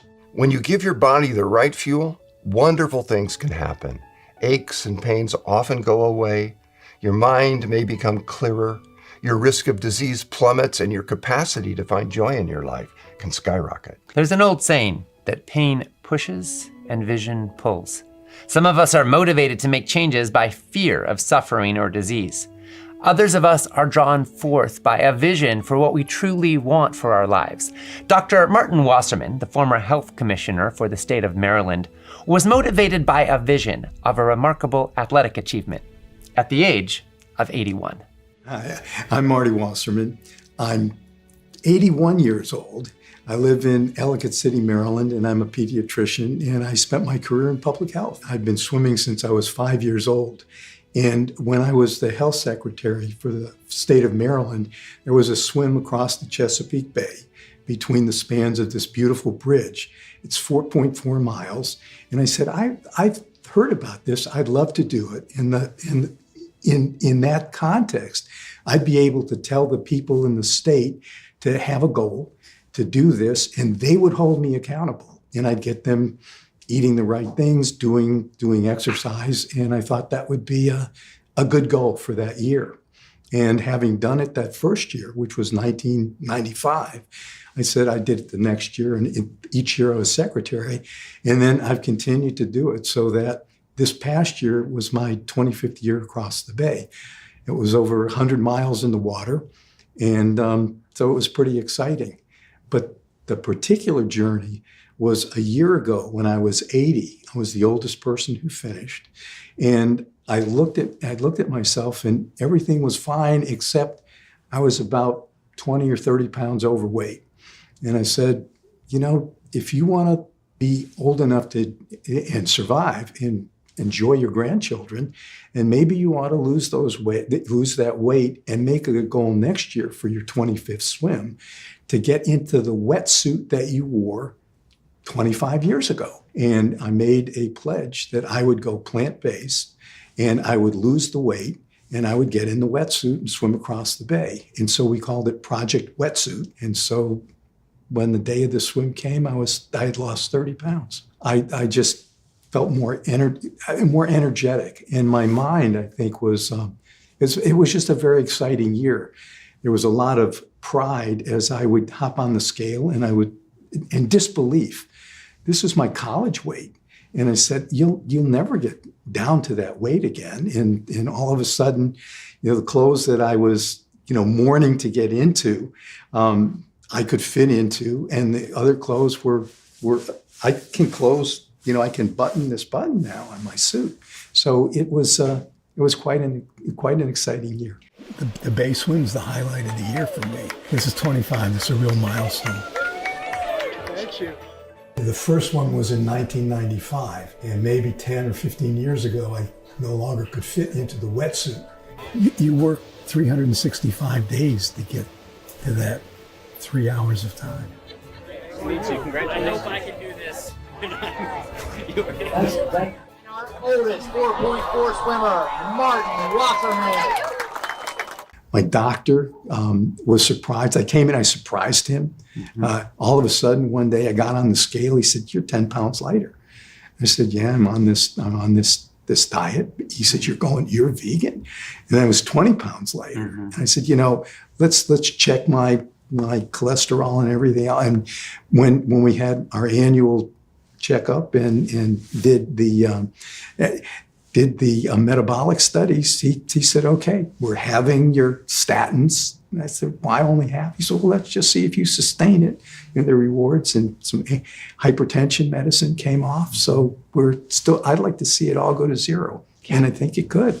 So a lot of folks are thinking, maybe they reach 80 years old and they think, okay, it's kind of too late for me. The damage is done. What would you say to such a person? Well, I know for a fact that when I was the health commissioner, I did a lot of studies around tobacco and tobacco management, tobacco control.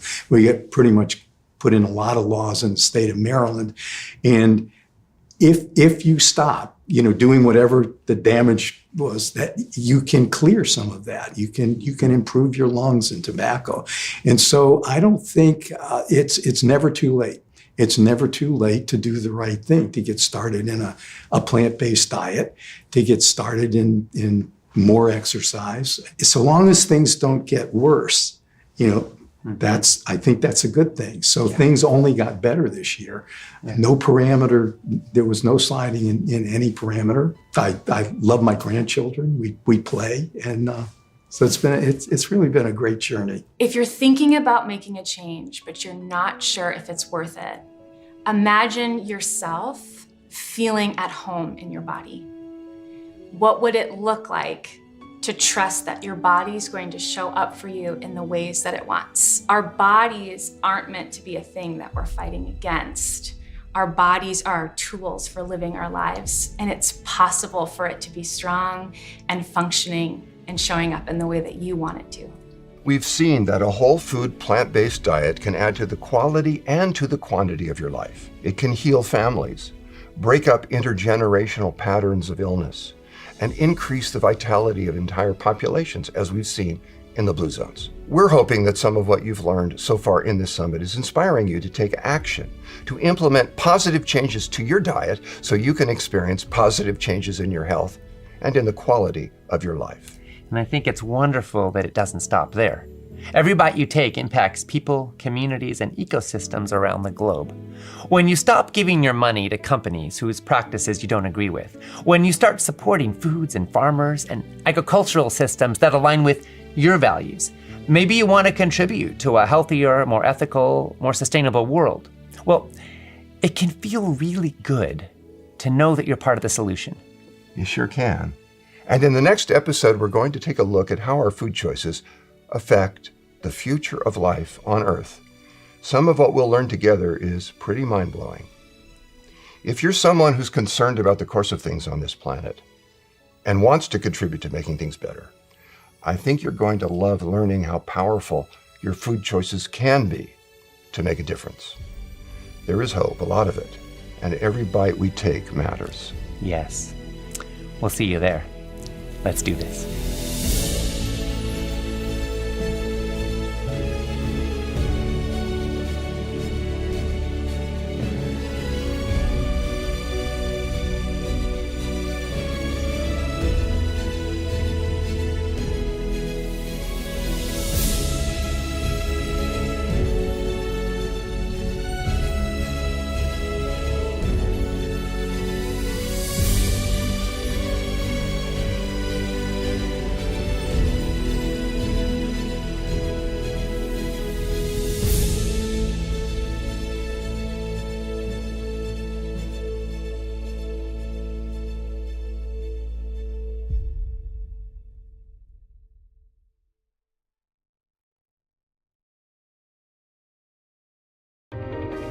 No matter where you come from or what you've been through, the simple truth is you are meant to thrive.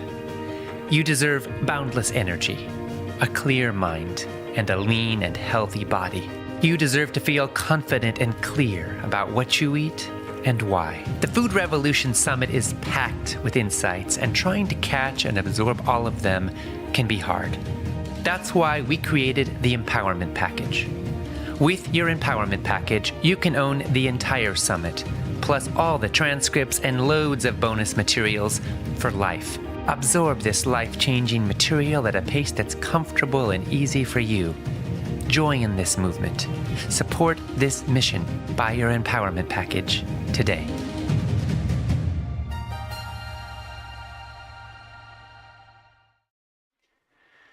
Well, thank you so much for sharing in that powerful episode.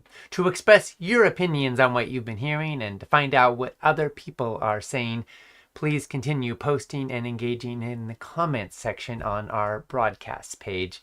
Make sure you refresh the comments using the button provided there so you can see the most recent ones.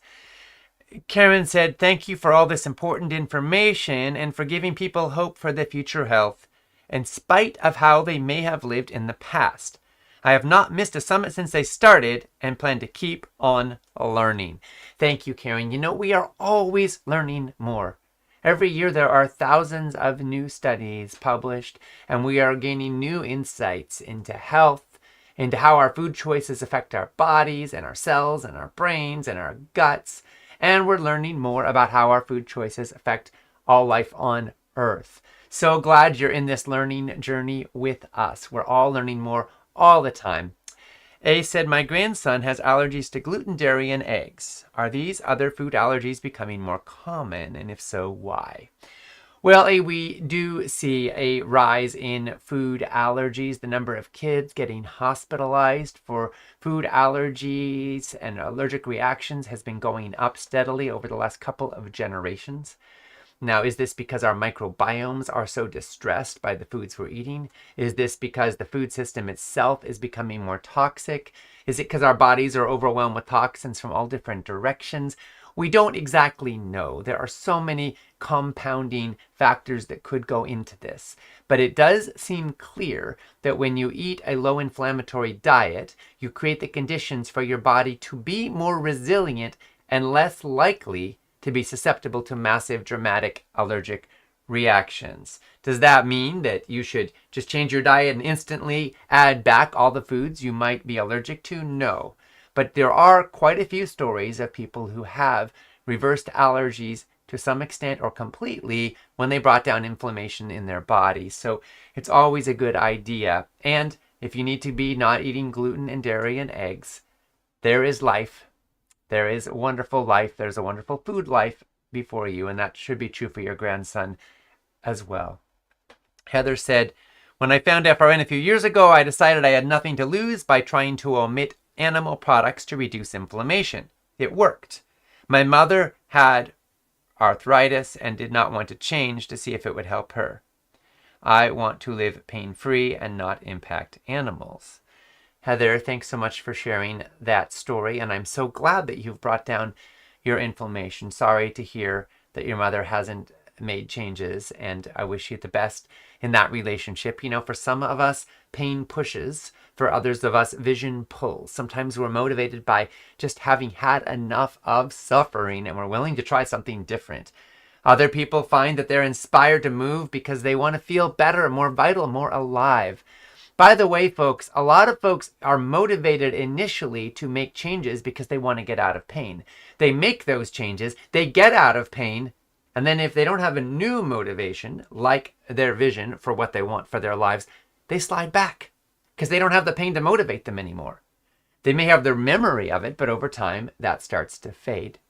I've seen a lot of folks who have experienced profound health transformations, eating a whole foods, plant-based diet, and then they've ended up slipping back. And they wind up right back where they started, adding on the weight, LDL cholesterol spiking up, diabetic, all sorts of other issues. I know a few people who have cycled through this multiple times. What I want to say to you is that that can be dangerous too. So for any of you who are thinking about making a change, please don't think of it like a fad diet. Think of it like a new way of living. Orient around habit change, not willpower, and not crash course. Now, some people go cold turkey. That can be great, but create the grooves, create the systems, and create the support systems that help you to stay with it. This is part of the reason why Whole Life Club is so important. It's FRN's ongoing membership community. When you get an empowerment package, you get an opportunity to join with a 30-day free trial and a 60% discount thereafter if you stay with it. Folks are staying with that for years and years and years, and they are experiencing profound benefits. I highly encourage it if you're somebody who wants ongoing support. Becky said, excellent episode, so informative. Thank you. Awesome, Becky. Yes, so much great information, and I'm so grateful to our speakers who are at the forefront of understanding all of this and bringing it to us in such clear ways. Claudia said, what's your opinion on feeding soy to girls and this accelerating their puberty? Claudia, thank you for asking. So soy contains phytoestrogens that have a similar chemical structure and hormonal activity to estradiol. Therefore, some people have been worried, well, is soy going to lead to premature puberty? Well, let me put this to rest here. There is no scientific evidence that drinking soy milk is harmful to children or adults, and a systematic review and meta-analysis found no statistically significant association between soy-based infant diets and the onset of puberty in girls or boys. Of course, we can always learn more and do more research, but it appears that this is not a point of concern. The beauty of phytoestrogens is that they are estrogen-like, but they actually can fill the estrogen receptors and actually, in some cases, can bring down estrogenic activity when that is beneficial to the human body. It seems the body can modulate up and down how it utilizes them. They can have slightly estrogenic effects or the opposite. And the good news is it tends to work out for the best. Bodies tend to use them in the right way. Phytoestrogens are linked to positive health outcome and reduced risk of cancer, and they are not linked to accelerated premature puberty. Lil said, soy, so glad to hear the good news about it. I enjoy my morning shredded wheat with a banana and a half cup of soy milk, and I enjoy an edamame snack once or twice a week. The empowerment package is going to come in handy. I need to listen to this episode again. Yes, Lil, thank you. Great news. Glad to hear you are enjoying soy. And I'm glad that you got the empowerment package so you can listen again and again. Yes, today's episode particularly has just been so packed with details and specifics. And here's something else I want everybody to know. The extended interviews go even further. They go even deeper, and some of them are absolutely scintillating. Of course, every day of this summit, there are episodes available on replay once we finish the live broadcast, along with the extended interviews. One of the real benefits to the empowerment package is, of course, that you have it all for life, and you can go deep with all of this. And a lot of folks love listening to the extended interviews in the car, while they're gardening, while they're doing dishes, while they're cooking, all sorts of things, because there's an audio version as well as video. So that's a resource that I'm so happy to be able to share with you all. And of course, the empowerment package is on sale between now and the end of the summit. Chris said, I have a family history of female hip fractures. I've been told that my bone study revealed Swiss cheese-like hip bone. As I approach the danger age zone, I've been trying to do research on what to take with calcium to direct it to my bones. I've read to take magnesium, zinc, D3, K2 alongside. What can you say about this? Well, Chris, thank you for asking, and those are some great pieces of advice you've gotten. Let me give a little context here. So there was a recently published study. It followed 34,000 women and men, ages 42 and above. The average age was 63. For about 8 years. Women in the study who followed a vegan diet and did not take supplemental calcium and vitamin D had about 3 times the risk of hip fracture compared to the omnivores. 3 times more. So your concerns are valid. That said, when these same women supplemented with vitamins, with calcium and vitamin D, the excessive risk associated with the vegan diet disappeared. They had no increased risk.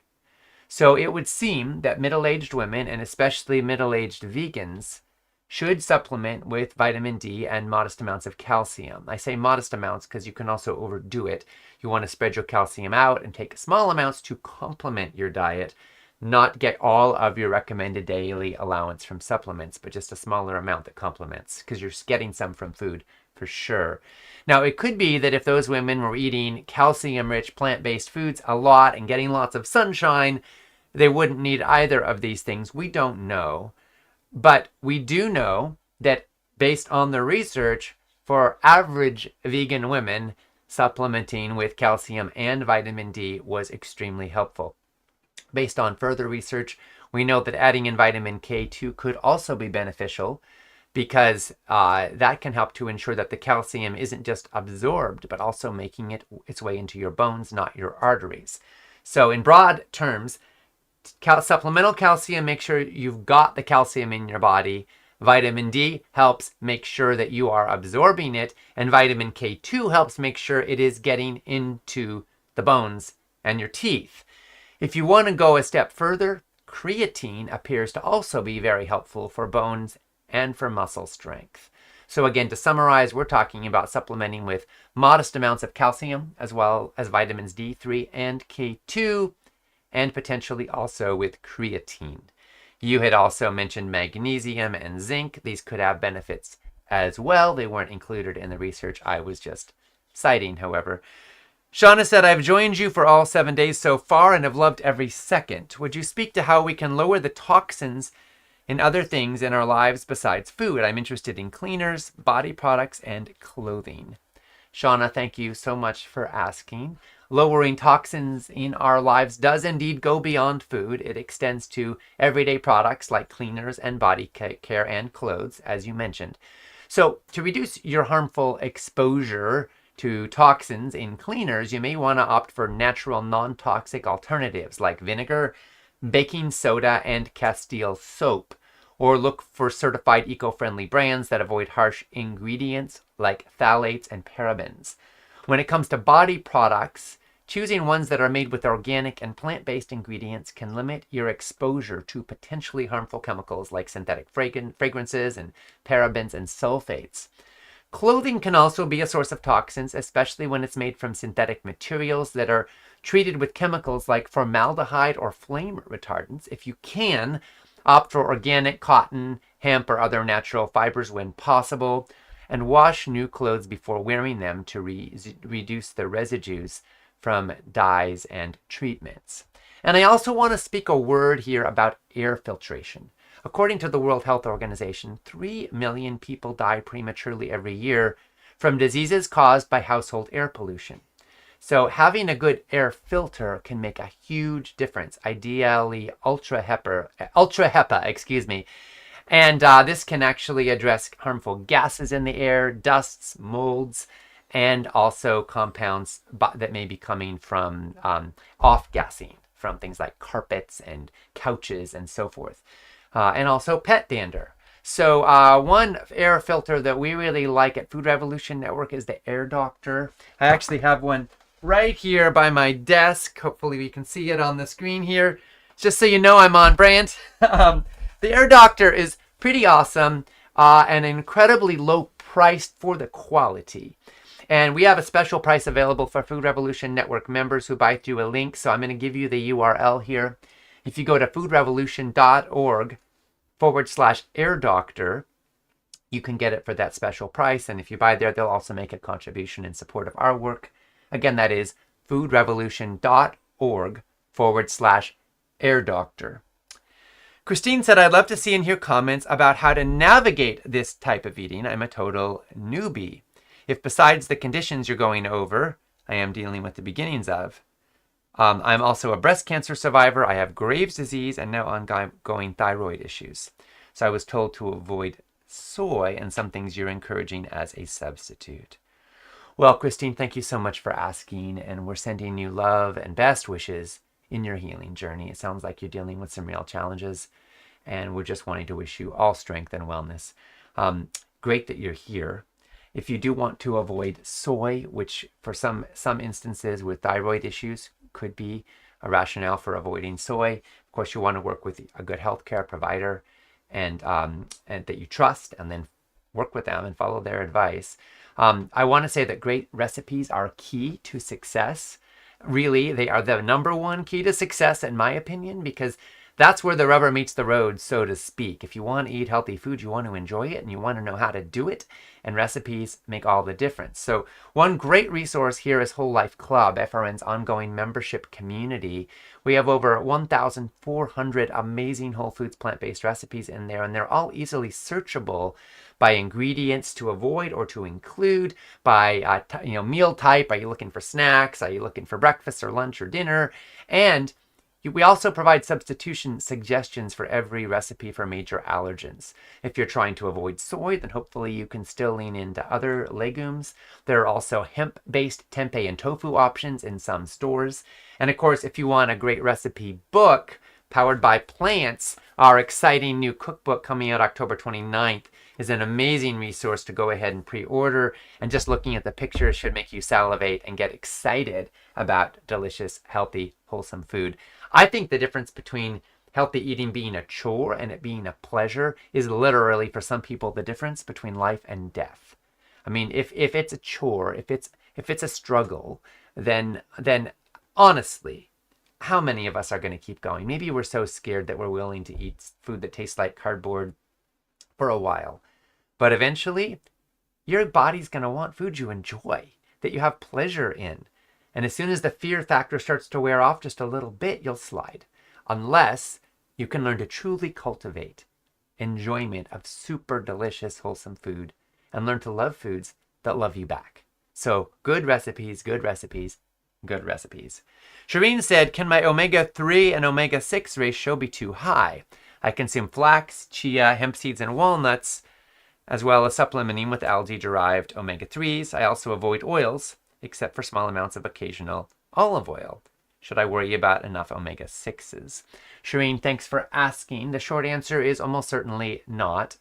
Just based on what you just said, walnuts and hemp seeds, yes, they're high in omega-3s, but they're higher in omega-6s. They have a 3 or 4 to 1 ratio of 6 to 3, so they're fine. nuts and seeds in general, if you're consuming any of them, all the other nuts and seeds are going to have higher rates of 6 to 3 than that, other than flax and chia seeds. So it's very, very likely not a problem. It's almost impossible to get too much omega-3 relative to 6 if you're eating whole foods. Maybe if you used a lot of flax oil and fish and didn't eat any nuts or seeds, it could be a concern, but it doesn't sound like that's the case for you. So I don't think you have anything to worry about here based on what I'm hearing. Paul said, great summit, thanks so much. What's your opinion on vegan protein powders for building muscle? Is it safe? Is it necessary? How much is too much? Well, Paul, for most people, it is not necessary to consume a vegan protein powder if you're eating whole foods and you're able to eat plenty of legumes, particularly soy foods. For example, I had just the last couple of days, I mentioned this in an earlier broadcast, a morning smoothie where I blended up 2 cups of Eden Soy unsweetened soy milk, which has 12 grams of protein per cup, added in a couple tablespoons of peanut butter, and that's 9 grams of protein for those who are counting, a couple tablespoons of hemp seeds, that's another 9 grams of protein for those who are counting, and then some banana and vanilla extract, and some frozen mango, and for some extra delicious flavor. And right there, I was getting, over 40 grams of protein before breakfast, right? So those are great options. I could have added a scoop of protein powder, and then I'd be up over maybe 60 grams of protein, right? You can do these things. There's lots of great options out there. But if you do want to have some extra protein, and a lot of vegan bodybuilders do also add supplements, a lot of bodybuilders across the board take supplements, then you may want to consider a pea protein-based supplement in particular. There are a variety of different kinds of plant-based proteins out there, and a lot of the best brands use a few different sources, so you're getting different complementary amino acid balances. One of my favorite manufacturers is Complement. They make a clean and tasty plant-based protein powder, and they also get it third-party tested for heavy metal contamination, which is a really nice thing. And Complement, their product is available for anyone who's interested. I'll give you the link here, foodrevolution.org/complement-protein. Now, I want to be clear, there are a lot of protein products out there. Not necessarily saying they aren't all useful and valid, or a lot of them, but do look for one that's third-party tested for heavy metal contamination, that's vegan. I don't recommend the whey proteins because there's a lot of issues with dairy products. And pea protein as a primary source can be a good idea. Again, all of this is met by Complement, and they're at foodrevolution.org/complement-protein. Carol said, thank you for the summit. It's been a great help for me, and I've been coaching and helping prepare food for my husband, who is diabetic and was diagnosed with liver cancer, and also my daughter, who has undergone a total mastectomy a year ago. It's been a challenge, but I'm trying my best to pass on to them whatever I pick up from this summit. Again, a big thank you for the help, and may you and your dad continue to have good health to continue this journey. Thank you, Carol. We're sending so much love to you and to your husband and to your daughter and to your whole family. And we want to make it a bit easier for you to share all of this with your husband and with your daughter, and also to absorb it all in your life. Sounds like you're dealing with some challenges, and we want to support you. So we're going to gift you with an empowerment package. Congratulations. You'll own all of the summit episodes and transcripts for life, and you can share this with your loved ones and family, and we hope that it will be supportive to you. Blessings, blessings, blessings on the journey. And congratulations.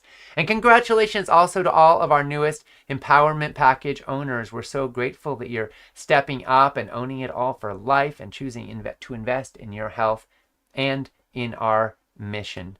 I want to make sure you all know that today, as every day of the summit, you get access to 3 more free extended interviews. Today's are absolutely not to be missed.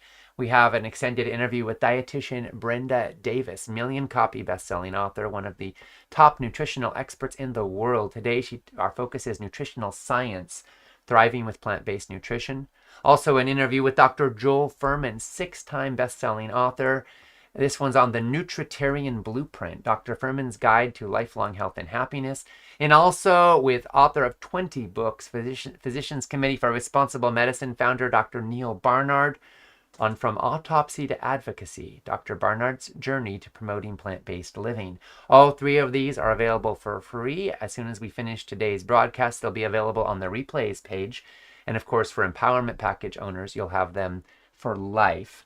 And also now I get to introduce our 3 more recipes of the day from FRN's lead dietitian and recipe developer, Nicole D'Andrea Russert. Today we have creamy ginger dressing, a simple yet nutrient-rich recipe. This offers a decadent texture that will please your palate, probiotic-rich plant-based yogurts for your gut, and zesty flavor to uplevel just about any meal. You can make it early in the week and have it ready to use on salads and steamed veggies and grain bowls and legumes and just about anywhere else. Next, we have chili lime kale chips. This is a snack that gives back with every bite. It's satisfying with its light and crispy crunch, and it's one of our favorite ways to get in a daily dose of leafy greens. Kale is truly a superfood. It's abundant in calcium, carotenoids, vitamin K, and fiber. Now, a tip here is to double the recipe if you're sharing, because these chips will disappear quickly. And by the way, this is also our recipe demo of the day, so you can watch Nicole making them, which is really fun and fascinating. Her recipe demos are fantastic. And finally today, we have cauliflower fried rice. Step aside rice and meet this new nutrient-dense counterpart. This hearty cruciferous veggie meets sweet pineapple and classic fried rice veggies like carrots and peas for a unique twist on a classic side. Make it a complete meal with the addition of plant-based proteins like tofu or edamame. It's a delightful blend of sweet and savory, packed with fiber and phytonutrients for a plant-powered upgrade. All of these recipes are available. If you look down at the bottom of the page, on the broadcast page or replays page, you will see them. 3 more added each day of the summit. And of course, Empowerment Package owners will own them all for life. Now, here's something I woke up thinking about this morning. Shouldn't all food be healthy? I mean, we have health food sections and health food stores. Isn't that kind of like having a section of an auto showroom dedicated to non-exploding cars? I mean, seriously, if you think about it, isn't it kind of crazy that finding healthy food in a typical convenience store or even in some supermarkets can be a bit like looking for a needle in a haystack? Since when was regular food and normal food junk food, ultra-processed food? And while we're at it, why do we pay extra for organic food and pay less for normal food that's grown with pesticides? Well, part of the reason, folks, is that organic farmers have to pay extra for certification.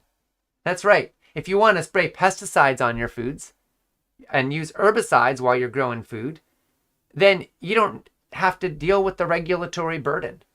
But if you want to grow your food without all that stuff and be certified as organic, you have to pay for inspections and regulatory burdens, which ends up costing more in the marketplace.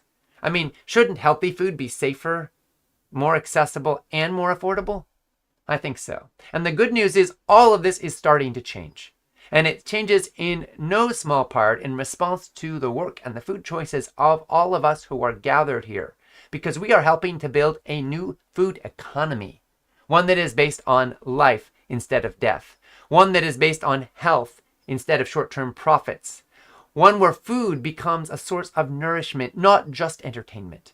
Yes, we want to enjoy our food and we want to enjoy our lives, and we will enjoy them so much more when we have vitality and health and clarity and energy and spunk and good sleep and aliveness, when our bodies work because we're feeding them the right fuel. Lisa said this summit has been such an eye-opening experience. Unfortunately, my husband is a meat eater extreme. I do not want to cook 2 meals every night, nor do I wish to consume so much meat. Any suggestions? Lisa, great question, and a common one too. So we see this often when 1 or 2 people in a family change their way of eating and the others aren't yet on board. That's okay. We find that meeting people where they are and allowing them to explore their journey when they're ready can be a helpful approach. And of course, making and sharing delicious plant-based meals can be one way to entice them. And it's also important that you find ways to be true to your values and your conscience. Now, if you're wanting to motivate other folks, taste and texture can be powerful. It may take some experimenting, and it's possible that not all meals you make will be winners with your husband. But if you encourage him to at least taste some things, you may start to build up a recipe library that includes dishes you both come to love and that love you both back. Recognizing or discovering common flavors and textures your husband knows and loves might also help. For example, if there are a few meat or dairy dishes he really likes, try to find plant-based versions of them online. Try replicating similar flavors and textures he already knows and likes, adding spices that he likes, etc. And if you find he's not ready for that yet, consider making meals where you can create a base and then he can add his meat. For example, make a grain bowl where you can add legumes and he can add meat, and offer him some legumes with his meat. Maybe it'll be a way for him to incorporate some legumes slowly. Or make it a pizza night where you add your own toppings and he adds his own toppings. Maybe you can talk him into adding a few veggies onto his pizza too. If you can find out which ones he likes best and have them on hand, that's great. Or make tacos and you use beans for your protein and he adds his own protein or his protein along with the beans. Overall, being patient with our loved ones and encouraging them to incorporate more plant-based foods that they already know and love, and leading by example can be subtle but impactful ways to guide them in making their own choices, being the author of their own food lives, and maybe slowly moving in a direction that aligns more with ours. And then, to thine own conscience be true. Ask for support in your sovereignty. Ask your loved ones to respect your choices. When sharing meals, see if they can make foods that accommodate your needs as an act of love and care and respect for you, and keep showing love and care and respect for them. All right, folks, we're now approaching the end of day 7 of the Food Revolution Summit docuseries. Again, to express your opinions on today's episode and the summit so far, and to find out what other people are saying, post and engage in the comment section on our broadcast page. Make sure you refresh the comments using the button you see there so you can see the latest ones that have been submitted. And come on back and join us tomorrow for our last day when we go live at 7:45 Pacific Time, 10:45 Eastern, 2:45 p.m. GMT, as we move into Episode 8, The Future of Life on Earth, how to be part of the solution with the food on your plate. Our food choices have a huge impact on our planet. In fact, we can reduce deforestation and pollution. We can say no to animal cruelty. We can take a bite out of world hunger. We can improve public health. We can even make a difference for our global economy. Join us as we explore the critical connection between our food choices and the fate of our planet, and find out how each of us can be a part of the solution. Tomorrow is going to be huge. For many of you, it could be the most profound episode in this entire series. So please come on back and join us then. And in the meanwhile, you can go ahead and check out the recipes of the day on the recipe demo video. You can watch the extended interviews. If you're interested in becoming a coach and learning how you can spread the word about this movement, check out FRN's plant-based coaching certification by going to certification.foodrevolution.org. Again, that's certification.foodrevolution.org. And if you want to take the next step from this summit, you may want to take advantage of the summit sale price for the empowerment package, which comes with a 60-day total money-back guarantee. It's been such an honor and a joy to share in the last 7 days with you, and I cannot wait for our grand finale tomorrow. It's going to be awesome. Here's a peek at what's coming up. Humanity seems to be on something of a collision course toward systemic environmental collapse. Each day brings us diminishing water and land for food production, a growing population to sustain, and escalating pollution in our environment and in our bodies. The way we humans live on Earth is sending it into a decline. Human beings have overrun the world. We're replacing the wild with the tame. Our planet is headed for disaster. All these Earth systems, the atmosphere, the oceans, the cryosphere, the Earth's ice and snow, the soils, the forests, the freshwater cycle, all of these crucial complex systems, we're pushing them towards their tipping points. And all complex systems have tipping points. work together to move this issue onto the global center stage. There was a lot of discussion about the contribution from buildings and from industrial factories, but I became aware during that same period of time that there was another factor that was going undiscussed, and that is the role of animal agriculture, which I could see was playing some significant role around the planet. But this was the elephant in the room no one wanted to talk about. I think one of the deep, dark secrets of the American agricultural system is that it is responsible for an astonishing level of greenhouse gas emissions. And this is something that, I think people just have no idea about. I believe that the earth is much like a human body, that if we give it the opportunity to heal and the resources it needs, it will rebound maybe even faster than we imagine. And I believe that if we can, through our dollars, begin voting with the food that we're purchasing to fill our plate with regenerative food that regenerates every element of that ecosystem, we will see that we're giving the earth the opportunity that will rebound, maybe even faster than we can imagine. Learn how to eat for the planet. It is time for a food revolution. In this episode, you'll find out how your food choices can shape the future of life on Earth. And you'll discover tangible ways to be part of the solution. This is significant. It's practical. It's profoundly important. It matters more than most of us could probably ever imagine. Let's do this.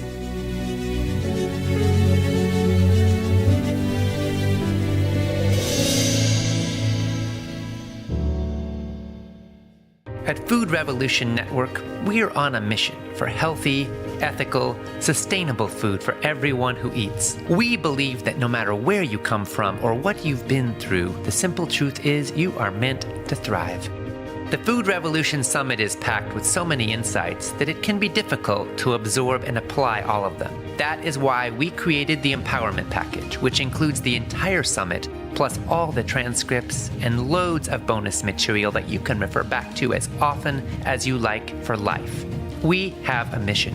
We want an end to routine use of antibiotics in factory farms. We want kids to learn about healthy food in school, and we want doctors to learn about nutrition in medical school. We want to slash rates of heart disease, cancer, diabetes, and obesity, and to uplift the health of millions. When you purchase the Empowerment Package, you are supporting your health and this mission. And for each package purchased, we make a donation to Trees for the Future, enabling them to plant an organic fruit or nut tree in a low-income community. Invest in your health and the health of those you care about most, and help us change the status quo by purchasing your Empowerment Package today.